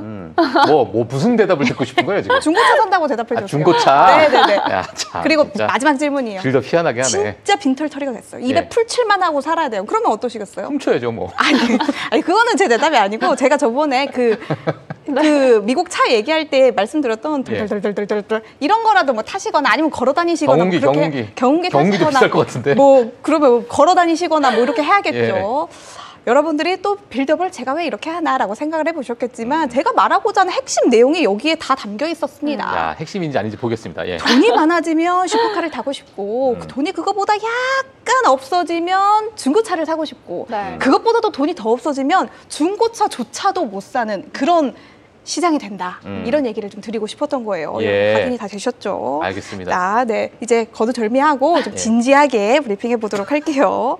네, 카맥스의 2분기 EPS가 64센트, 매출은 65억 9천만 달러로 모두 예상치를 좀 하회를 했고요. 어제 프리마켓에서도 저희가 방송 중에 봐드렸을 때는 한 12% 정도 하락 중이어서 저희가 모두 다 되게 놀랐던 그런 기억이 맞아요. 나는데 정규장 네. 마감가 보시면 20% 넘게 급락을 했습니다. 제가 어제 운전하면서 집에 딱 도착하니까 속보로 카맥스가 20% 넘게 떨어지고 있다고 그 속보가 나오더라고요. 그래서 제가 12%였는데 결국 8% 더 떨어졌구나라는 생각을 제가 어제 했었습니다. 정규장 기준으로 보시다시피 20.07% 하락을 했고 종가 기준으로 본다면 팬데믹 시기였던 2020년 이후 5년 만에 최저치라고 하고요. 시가총액 같은 경우도 65만 4천 달러까지 크게 줄었습니다. 말 그대로 어닝 쇼크라는 표현이 잘 어울렸다라고 보실 수가 있겠습니다. 이 빌네시 카맥스 CEO는 소비자들에게 경기에 대한 불안감이 있어 보인다며 신용도가 좋은 소비자들도 중고차를 사지 않고 적절한 때를 기다리는 것과 같다라고 전하기도 했는데요. 네. 최근 미국인들이 관세 불확실성이 더 커지기 전에 연초에 자동차를 빠르게 구매하며 이 연말로 갈수록 자동차 관련 소비가 줄어들었다라고 덧붙였습니다. 또 카맥스는 2022년에서 2023년에 발생했던 대출의 성과 악화로 금융 부문의 이익이 좀 크게 급감을 했다라고 전했고요. 이로 인해서 대손 충당금을 늘리고 판매와 일반 관리비 약 1억 5천만 달러도 감축하겠다고 발표를 했습니다. 잠시만요. 자, 잠깐 홀드 시키고. 네, 홀드하시고 뭐 자, 나왔나요? 지금 PC가 발표가 나왔습니다. 네. 자, 지금 근원 PC가 시장 예상치가 2.9%인데요. 지금 2.9%에 예상치와 부합하는 동일한 결과가 나왔고, 네. 자, 그리고 이제 MOM 기준도 마찬가지로 0.2%를 시장에서는 예상을 했는데, 자, 지금 0.2% 이제 근원 소비 지금 소비 지출 물가 지수입니다. 자, 동일하게 좀 나왔다 이렇게 보시면 될 것 같은데요.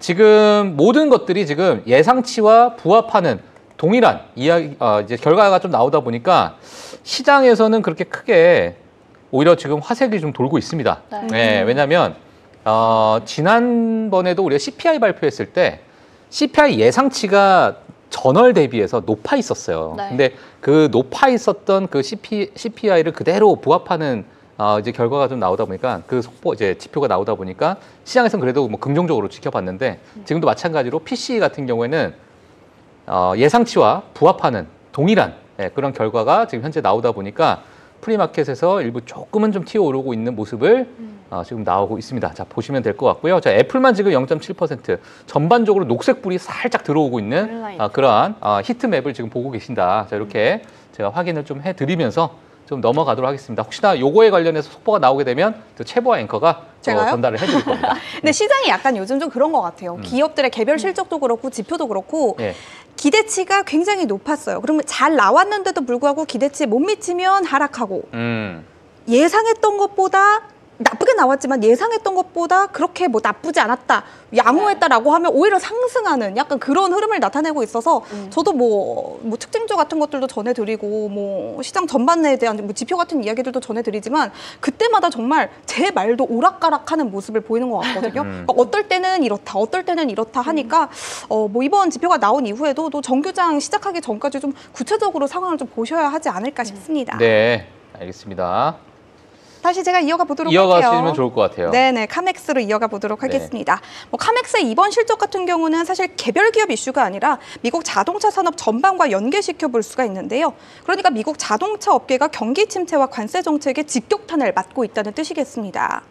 그동안 미국 경기가 어려워짐에 따라 신차 대신 중고차가 잘 팔린다라는 이야기를 제가 일전에 해드린 적이 있는데 네. 이제는 제가 인트로에서 말씀을 드렸던 것처럼 중고차마저도 팔리지 않을 정도로 미국 경기가 전반적으로 어려워졌다라고 이해를 해보시면 될 것 같습니다. 실제로 카맥스 외에도 완성차 업체인 포드도 재고가 쌓인 베스트셀러 F150 픽업 트럭을 처분하기 위해서 신용도가 낮은 고객들에게 더 낮은 금리로 구매 파이낸싱을 제공하겠다라고 했고요. 혼다도 전기차 아큐라 SUV를 출시 1년 만에 단종시키겠다고 한 바가 있습니다. 다른 브랜드들 같은 경우도 연방 세액공제의 다음 주 만료를 앞두고 구매자들을 유입시키기 위해서 전기차에 큰 폭의 할인을 좀 제공을 하고 있는 상황입니다. 월스트리트저널은 이날 카맥스의 실적은 곧 미국 자동차 산업의 경고등을 의미한다라고 보도를 했습니다. 실제로 서브프라임 자동차 대출 기업인 트라이컬러도 파산 청산 신청을 했고요. 또 오일 필터 그리고 와이퍼를 제조하는 자동차 부품 대기업인 퍼스트 브랜드도 60억 달러의 부채를 보고하며 현재 파산 보호 신청을 준비 중이다라고 합니다. 예. 오늘 제 빌드업 나쁘지 않았죠? 좋았습니다. 자, 지금 사실 지금 개인 소비 지출 PC가 발표됐는데 비트코인들이 상승하고 있어요. 예, 그러니까 이제 금리 인하에 대해서 어제는 이제 또 실망감 때문에 비트코인 많이 빠졌잖아요. 지금 비트코인 얼마죠? 지금 이더리움 같은 게 지금 한 1.8% 지금 더 상승했습니다. 가야죠. 더 가야 됩니까? 더 가야죠. 그럼요. 지금 가지고 계시네요. 네. 알겠습니다. 자, 그래서 지금 카맥스에 대해서 좀 말씀을 좀 해주셨고 사실 저는 이제 중고차 시장은 이렇게 좀 봐요. 왜냐하면 승자 독식의 시장이 아닐까.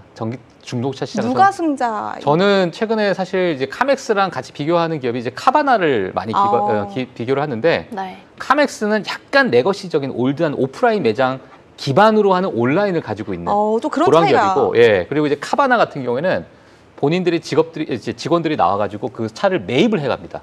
그 지역에 가서 직접 가서 매입을 해가지고 그 온라인으로 다시 판매를 하는 그런 기업이긴 한데 그러다 보니까 카바나라는 기업 자체가 실적이 총 마진율이 한 20% 정도가 돼요, 보통. 근데 이제 카맥스는 뭐 임대료도 내야 되고 뭐도 내야 되고 방금 말씀하셨던 이 내용 안에 다 들어가셨는데 더 어렵네요. 맞아요. 뭐 직원 뭐 월급부터 뭐 인건비, 임대료 이런 것들 다 들어가니까 총 마진율이 10% 안짝이에요. 그러니까 정말 안 좋을 때는 막 8%까지 떨어지기도 하고. 그러니까 이런 여러 가지 기업적인 측면에서 봤을 때 시장에서는 약간은 좀 카바나를 조금 더 매력적으로 보고 있지 않나? 그리고 이제 더 이 점유율 자체가 점점 늘어나고 있는 그런 양상에서 카맥스가 정말 괜찮은 실적 발표가 아니면 지금 약간 주가적인 측면도 좋지 않으니까 그런 어떤 비교를 하고 있지 않나. 제가 저거 받고 며칠 전에 제가 자동차 수리 얘기를 한번 해드린 적이 있잖아요. 네. 맞아요. 그때 당시에 어디 가셨죠? 그 자동차님?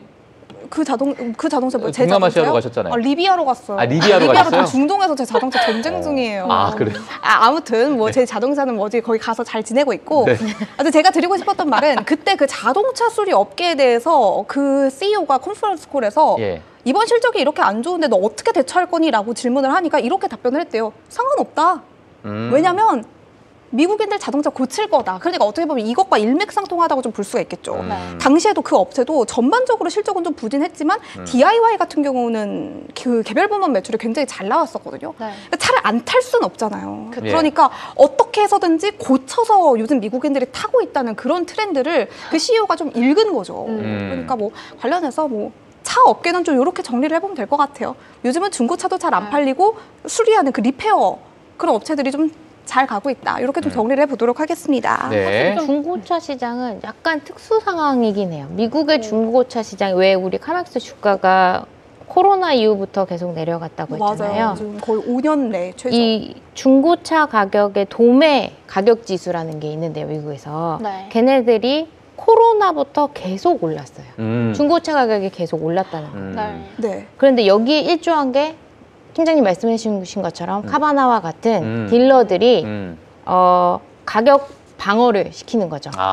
지금 혹시 그것도 있나요? 신차 가격이 높아지니까 중고차 가격도 그러니까 사람들이 몰리니까 중고차 가격이 높아지는 것도 있나요? 오히려 반대예요. 코로나 때 무슨 일이 있었냐면 중고차는 저희가 어떻게 공급이 되냐면 신차가 일정 기간이 지나서 중고차 시장에 나오든지 아니면 리스나 렌트 회사들이 이제 회수를 한 다음에 그걸 중고차 시장에 내놔야 되는데 코로나 때 신차가 많이 안 팔렸고요. 그리고 리스랑 렌탈 같은 것도 당연히 좀 안 했어요. 왜냐면 금리가 높아지니까 리스 시장이랑 이렇게 다 줄어들었죠. 그러다 보니 오히려 공급이 줄어든 거예요. 공급이 줄어들었으면 있는데 가격을 굳이 내릴 필요가 없는 건 그렇지. 거죠. 그리고 카 딜러들은 네. 공급도 어차피 적으니 내가 팔 수 있는 수량이 정해져 있기 때문에 네. 이익을 맥시마이즈 해야 되는 거예요. 그래서 일종의 담합이 이루어졌어요.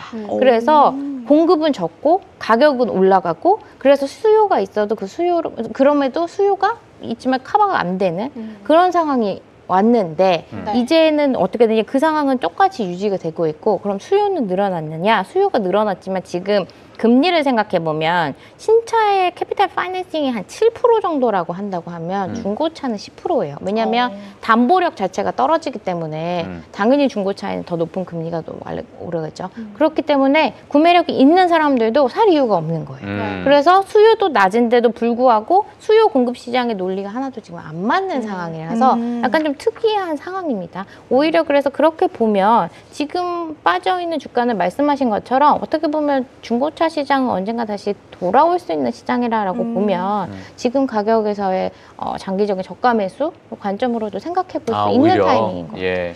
저는 약간 중고차 쪽으로 살짝 조금 궁금한 점이 있는데 좀 카바나나 카맥스 좀 이런 차이점에 대해서도 약간 좀 모호한 면이 있는 것 같아요. 아까 말씀해 주 카맥스는 이제 오프라인 매장. 옛날 그러니까 거예요. 우리가 이렇게 보면 돼요. 내가 중고차 사고 싶어. 네. 직접 봐야겠어 나는. 당연히 봐야 되는 거 아니에요? 그렇죠. 직접 봐야겠어. 그래서 저는 이제 가서 뭐 문짝도 혹시 떨어지나 이러면서 문짝도 만져보고 타이어도 보고 뭐 이러잖아요. 뭐 본네트도 열어보고.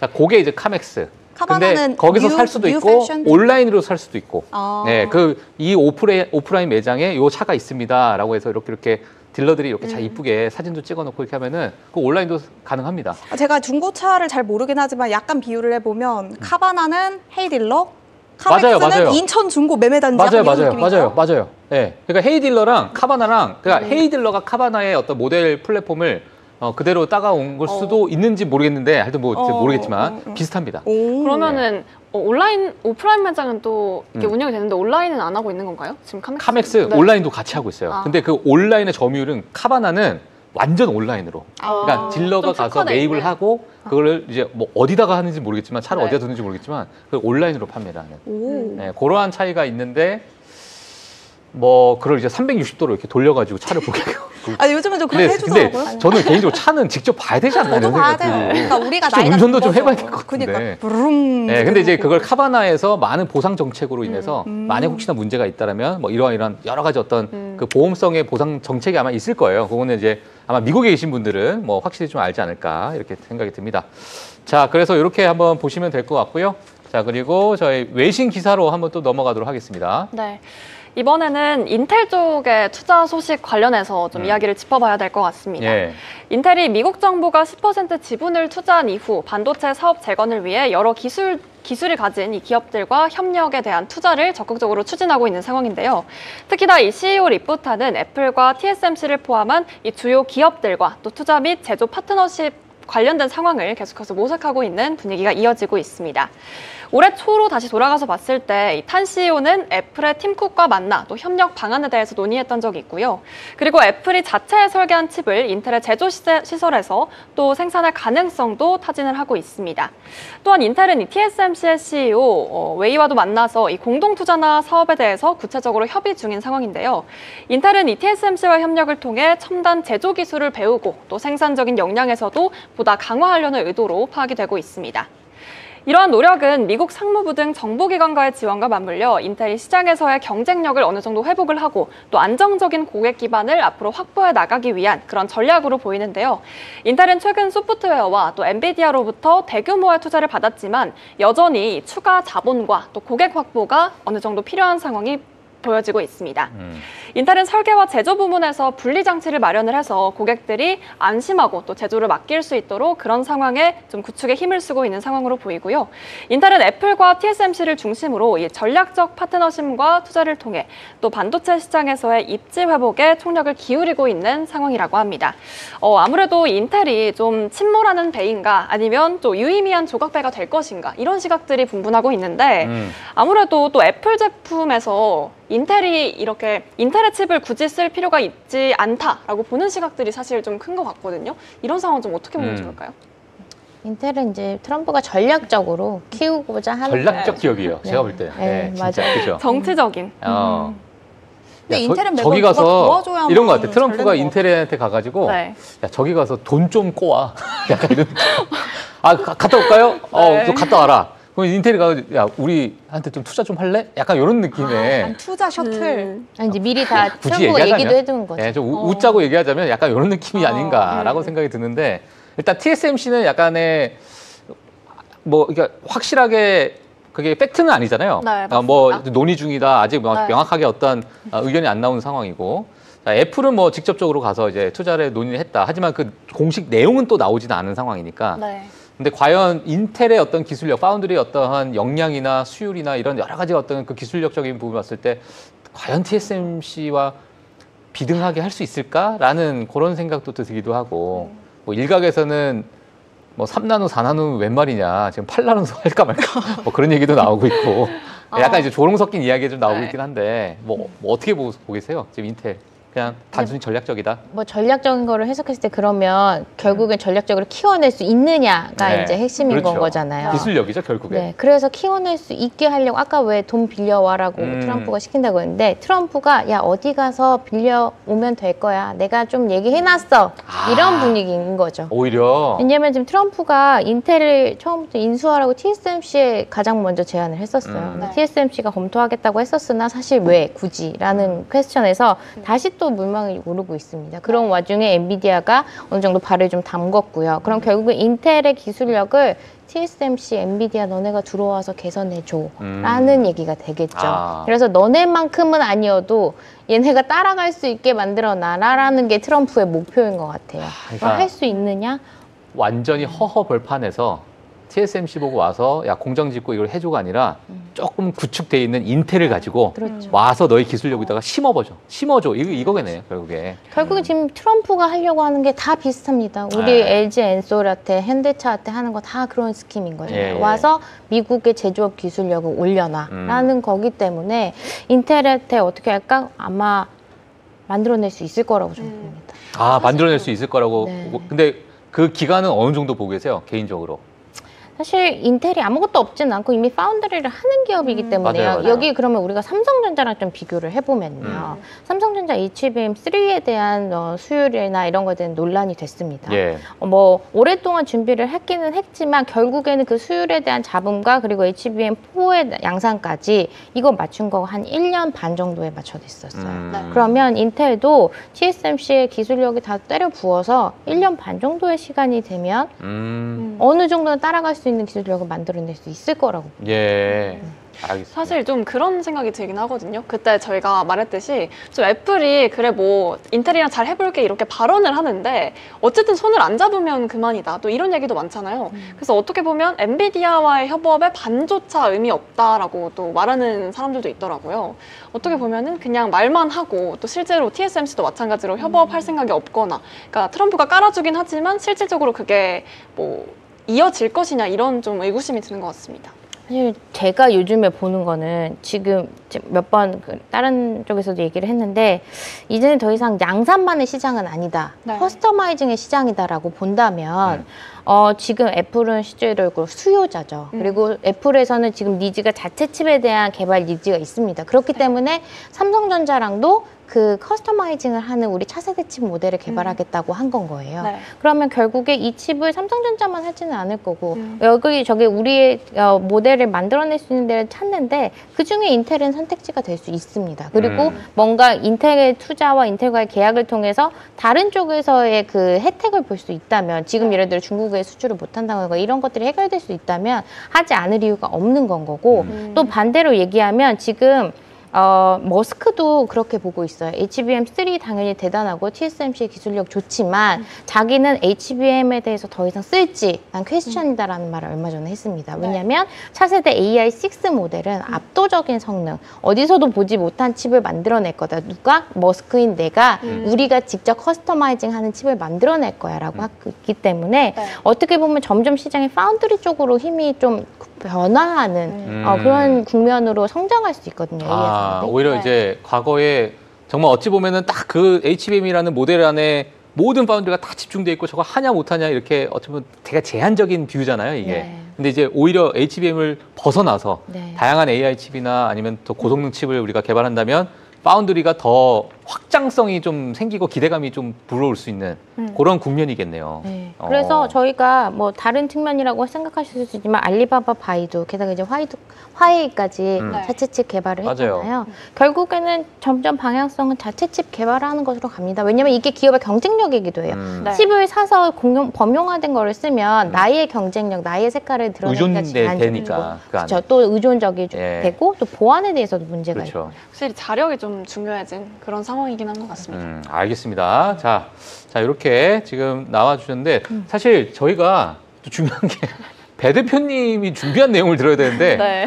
우리 것만 계속 떠들다가 맞아요. 끝날 것 같아요. 자, 그래서 오늘 저 배 대표님께서 저희 시청자분들께 약간 좀 이런 기업들도 지금 최근에 약간 주목을 하고 있다. 뭐 그런 차원에서 하나 이제 가지고 나오셨는데 어떤 기업입니까?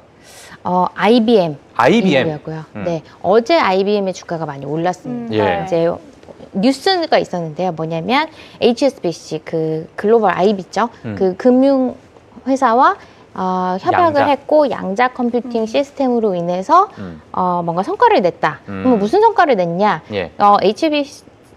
HSBC가 뭐를 하자고 했냐면요. 채권 가격에 대해서 뭔가 네. 적중률을 높이는 이거를 양자 컴퓨팅 시스템으로 만들어내려고 해요. 네. 약간 백그라운드를 설명을 드리면 채권은 주식시장이랑 좀 달라요. 장외 시장입니다. 그래서 네. 장외 시장이란 뭐냐면 매수자랑 매도자가 직접 연결이 돼야 돼요. 이걸 만나야 합니다. 팀장님이 채권 파시려면 네. 매수자를 찾아서 네. 그 사람한테 직접 넘겨야 돼요. 아. 근데 그 시장이 어렵기 때문에 브로커는 존재를 해요. 우리가 부동산과 마찬가지로 중개인이 있습니다. 예. 그러면 브로커가 매수인이 브로커한테 나 뭐 한전에 채권이 필요해. 대략 한 10년 정도 남은 걸로 찾아줘 라고 하면은요. 네. 브로커가 매도자를 찾습니다. 근데 너무 광범위하잖아요. 어떻게 찾을 거냐. 그리고 채권은 딱 주식처럼 한 가지가 아니에요. 보통 주 한 가지가 아니고 만기 다 다르고요. 네. 쿠폰 다 다르고요. 엄청난 많은 게 있어요. 그렇다 보니까 가격도 장외라서 붙이기 나름입니다. 소위 말해서. 나는 그냥 나 98원에 팔고 싶어 하면 98원이고요. 똑같은 채권이어도 난 95원에 팔고 싶어. 굉장히 어떻게 보면 효율적이지 않은 시장이고 어려운 시장이에요. 네. 그러다 보니까 HSBC 같은 데는 뭘 하냐면요. 그런 와중에서 이제 브로커 마진이 있을 거 아니에요. 그런 마진을 받는데 사실 네. 채권은 그 마진 스프레드가 굉장히 좁아요. 그리고 그래서 그 마진 스프레드를 많이 해서 돈을 번다기보다는 거래를 많이 해야 돼요. 내가 채권 볼륨이 시장이 굉장히 크잖아요. 그 거래를 많이 따내야 되는데 HSBC가 이걸 양자 컴퓨팅으로 찾아보겠다라고 소위 말해서 한 거예요. 매도자도 많고 매수자도 많은데 그리고 가지고 있는 채권 종류도 소위 말해 다 다른데 그러면 나의 손님이 얼마에 제한을 하면 이게 채택될 확률이 높으니 그리고 그 채권은 어디에 있겠니 이거를 사람이 찾기가 너무 힘들잖아요. 그래서 양자 컴퓨팅으로 빨리 찾아보겠다라고 한 거고 실질적으로 그 성능이 34%가 개선이 됐대요. 그러니까 우리가 그동안 10번 해가지고 한 번밖에 안 됐던 것이 한 1.3배 정도의 가능성이 있다라고 하는 거죠. 근데 사실 이 채권의 거래 한격 다 한 수십억 번의 볼륨이 일으키기 때문에 거래 한 건을 더 하는 게 굉장히 기업의 실적에 영향을 가요. 그래서 HSBC랑 이거를 했다는 것 자체가 SBC의 영업이익에도 도움이 되고 뿐만 아니라 양자 컴퓨팅이 상용화가 되는 게 가시적으로 눈에 보이는 사례가 그게 많아요. 언제 상용화가 된다라고 혹시 나왔나요? 지금 기술 검증을 했고 이제 HSBC 안에서 이거를 상용하겠다는 건 사실 우리한테 공개되지는 않죠. 그건 그걸로 않고. 자기네들이 하겠다 할 정도의 거니까. 어떤 기술력에 대해서 얘기를 했고. 그렇죠. 실질적으로 사용도 할 거예요. 근데 이거를 뭐 서비스가 아니라 자기네 거래에 활용할 거기 때문에 뭐 더 이상 노출이 되거나 이럴 것 같지는 않아요. 근데 이거를 HSBC만 하는 게 아니에요. 다 각각의 다른 분야에서 골드만도 하고 있고, 시티도 하고 있고요. 굉장히 양자 컴퓨팅뿐만 아니라 사실 퀀트 모델 자체에 대해서 점점 더 좀 많이 투자를 하고 있는 상황입니다. 골드만삭스도 아직까지 좀 가시적으로 뭘 하겠다는지는 나오지 않았지만 퀀텀 모션이랑 작년부터 이제 옵션 가격 책정하는 거를 이렇게 양자 컴퓨팅으로 하려고 하고 있고요. 그래서 그런데 그러면 양자 기술이 우리가 생각보다 제가 지난 시간에도 말씀드렸지만 상용화가 좀 실제 사례에서 쓰지는 게 좀 빠르네? 그러면 여기서 이거를 누가 제일 잘할 수 있을까를 생각했을 때 IBM이 당연히 그 중에 하나라고 저희는 보여집니다. IBM은 언제부터 준비를 했냐면 이거 지금 2023년도 초년도부터 준비를 했었어요. 그래서 2030년에 가서는 얘네는 저희 양자 모델 중에 제가 한 4가지 정도가 있다고 말씀을 지난 시간 드렸는데 그 중에서 초전도체 양자 모델을 쓰는 애들이에요. 얘네는 기반이 반도체와 비슷합니다. 반도체 기술 공정을 활용을 할 수 있는 애들인데 이 양자는 큐피트가 성능을 우지해요. 지금 현재 아이온큐든지 리게팅이든지 지금 한 100단위, 1000단위의 큐피트를 얘기를 하고 있어요. 근데 23년도에 이미 IBM은 1100 이상의 큐피트를 만들어냈고요. 네. 그걸 점점 더 기술력을 2030년도에는 한 10만 큐피트를 개발을 해나겠다고요. 이러면 이게 무슨 말이냐면 지금까지는 좀 상대적으로 쉬운 문제를 풀 수밖에 없는 거였지만 10만 큐피트가 되면 굉장히 어려운 문제. 근데 얼마나 어려운 문제? 사람이 풀지 못하는 문제를 해결해낼 수 있는 능력을 가지게 되는 거예요. 그럼 이제 예를 들어서 아까 이런 금융거래에 대한 것뿐만 아니라 우리가 우주로 갈 때 어떻게 가야 제일 빠른 거지? 신약을 뭘 개발을 할 수 있지? 이거에 대한 단축 시간을 더 빠르게 해주니까 우리 인류 발전에 굉장히 속도가 빨라지는 거죠. 그런데 여기서 저희가 주목을 한 건 이건 것 같아요.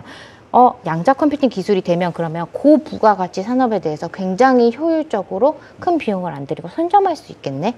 이걸 근데 IBM이 지금 준비를 하고 있어요. 사실 IBM이 글로벌 네트워크가 굉장히 크잖아요. 한국에서도 하고 있지만 전 세계적으로 600개의 기관이랑 지금 파트너십을 맺혀서 이런 양자 컴퓨팅으로 할 수 있는 사례들을 많이 늘리고 있습니다. 그래서 그런 성과들이 우리가 지금 생각하는 것보다 더 빨리 올 것 같기 때문에 좀 AI에서 좀 주도권을 못 잡았던 IBM이 양자 컴퓨팅에 대해서 주도권을 잡게 된다면 또 우리는 폭발적인 주가에 있어서 상승을 보일 수 있지 않을까 생각합니다. 알겠습니다. 자, 지금 사실 양자 컴퓨팅 관련해서 너무나도 많은 분들께서 좀 관심이 있으시니까 이런 것들을 정말 너무 다 듣고 싶어 하셨을 것 같아요. 진짜 앞으로 정말 이 양자 컴퓨팅 아이온큐가 어찌 보면은 그 중소형주 중에 대장으로서 많이 각광을 받고 있지만은 야 진짜 이 양자 컴퓨팅의 뭐랄까요? 정말 초대장이라고 해야 되나? 정말 이 산업이 이끌 만한 정말 대장이 누군가 이게 구글인가 윌로우 칩을 저번에 내놨으니까 이거 구글로 봐야 되나 아니다 엔비디아인가 엔비디아가 또 무슨 포럼을 열겠다 그런 얘기도 많이 했고 근데 이제 일단 지금 대표님께서는 IBM이 그 중에 메인 플레이어로서 주인공으로서 앞으로 이런 양자 컴퓨팅 시대를 열 가능성이 크다 이렇게 정리를 해주셨습니다. 그래서 궁금하신 분들 또 IBM 여기 봐주시면 될 것 같고요. 자 저희가 지금 종목들 사실 많이 있는데 최고 앵커가 오늘 제 생각에는 제가 오늘 9개 준비하는데 지금 3번하고 끝나니까 다음 주부터는 3번까지만 준비를 해올게요. 최고 앵커가 지금 이렇게 말씀하시면 삐졌다는 얘기입니다. 아니, 안 삐졌어요. 자, 기업 이야기 한번 넘어가도록 하겠습니다. 네, 블랙베리 실적으로 아마 오늘 방송을 좀 마무리를 해야 될 것 같아요. 블랙베리 실적 한번 보도록 하겠습니다. 2분기 EPS는 4센트, 매출은 1억 2,900만 달러로 모두 예상치를 웃돌았고요. 어닝 서프라이즈의 정규장 주가가 9%에 가깝게 올랐습니다. 3분기 EPS 그리고 매출 가이던스도 상향하며 월가에서는 블랙베리의 가이던스가 높지 않다면 실적 자체가 잘 나온다고 해도 주가가 하락을 할 수도 있다라는 우려를 모두 제거를 해줬습니다. 특히 QNX 소프트웨어와 보안통신 솔루션의 성장이 극대화됐다라고 하고요. 전반적인 성과가 강력한 비즈니스를 전망한다라는 분석들도 나왔습니다. 최근 블랙베리는 보안 솔루션 쪽도 강화를 하고 있죠. 사이버 범죄라든지 해킹 피해가 급증하며 기업들이 적극적으로 보안 투자에 나서고 있는 게 블랙베리에게는 아주 큰 호재가 되고 있습니다. 제가 할렘가에서 영어 선생님을 오래 했었잖아요. 맞아요. 제가 블랙베리를 보면 어떤 생각이 드냐면 제가 가르쳤던 학생이 대기업까지는 못 가도 밥벌이를 알아서 잘하는 그런 학생이 돼서 찾아온 느낌이에요. 그러니까 추억의 핸드폰이었는데 이제 휴대폰은 안 하지만 그래도 어떻게 씩씩하게 내가 어떤 분야를 개척해가지고 잘 해내고 있는 그런 게 좀 자랑스럽고 블랙베리를 실제로 본 적 있으세요? 저 썼죠. 썼었어요? 중학생 때 썼어요. 근데 저희 배 대표님이 진짜 할렘가에서 영어 선생님인 줄 알고 맞아요. 제가 믿으시는 눈빛으로 쳐다보셨어. 아니에요? 아니에요. 아니요. 제가 끝까지 속이려고 제가 했는데 지금 장난으로 제가 영어를 하도 써서 제가 할렘가에서 영어를 썼다. 이렇게 제가 했는데 오늘 배 대표님이 깜빡 속을 뻔했습니다 지금. 저번에 제가 45살이라고 한 분도 믿으시더라고요. 여기 자리에 앉으면 말하시는 게 진짜 같아요. 진짜 같죠? 그래서 거짓말 하셔도 맞아요. 거의 다 믿게 돼요. 아무튼 블랙베리 저희 시청자분들 제가 세뇌를 다 시켜냈기 때문에 아무도 안 속습니다. 근데 여기서. 그래요? 자, 하여튼 아무튼 블랙베리는 2분기 실적도 잘 나왔고 기억하실지 모르겠지만 1분기 실적도 잘 나왔었거든요. 네. 잘하고 있다. 잘하고 내 있다. 새끼 약간 이런 느낌. 알겠습니다. 자, 오늘 사실 저희 최고 앵커가 늘 기업에 대해서 이렇게 알기 드문 기업도 네. 정리를 저렇게 잘 해주시면서 빌드업을 정말 희한하게 하는 그러한 재주도 너무 있습니다. 재밌어요. 블랙베리 다들 아시지 않나요? 알겠습니다. 자, 오늘 저희가 지금 9시 57분 정도 지금 지나가고 있는데요. 저희가 오늘 여기서는 저희 프리마켓 뉴욕을 맞춰야 될 것 같습니다. 예. 자, 오늘 마이트리 투자자문의 우리 배 대표님. 예, 오늘 너무너무 감사드려요. IBM에 대해서 또 이렇게 네.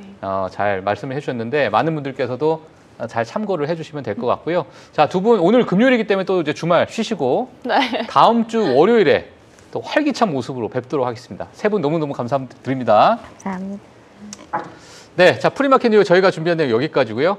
새벽 1시까지 미오라 시청해 주시면 좋을 것 같습니다. 오늘 지금 PC가 예상치와 부합하기 때문에 프리마켓에서 너무나도 좋은 흐름을 보이고 있고 장중까지 어떻게 연결될지 확인해 보시면 될 것 같습니다. 저희는 다음 주 월요일 8시에 찾아뵙도록 하겠습니다. 시청해 주신 여러분 감사합니다.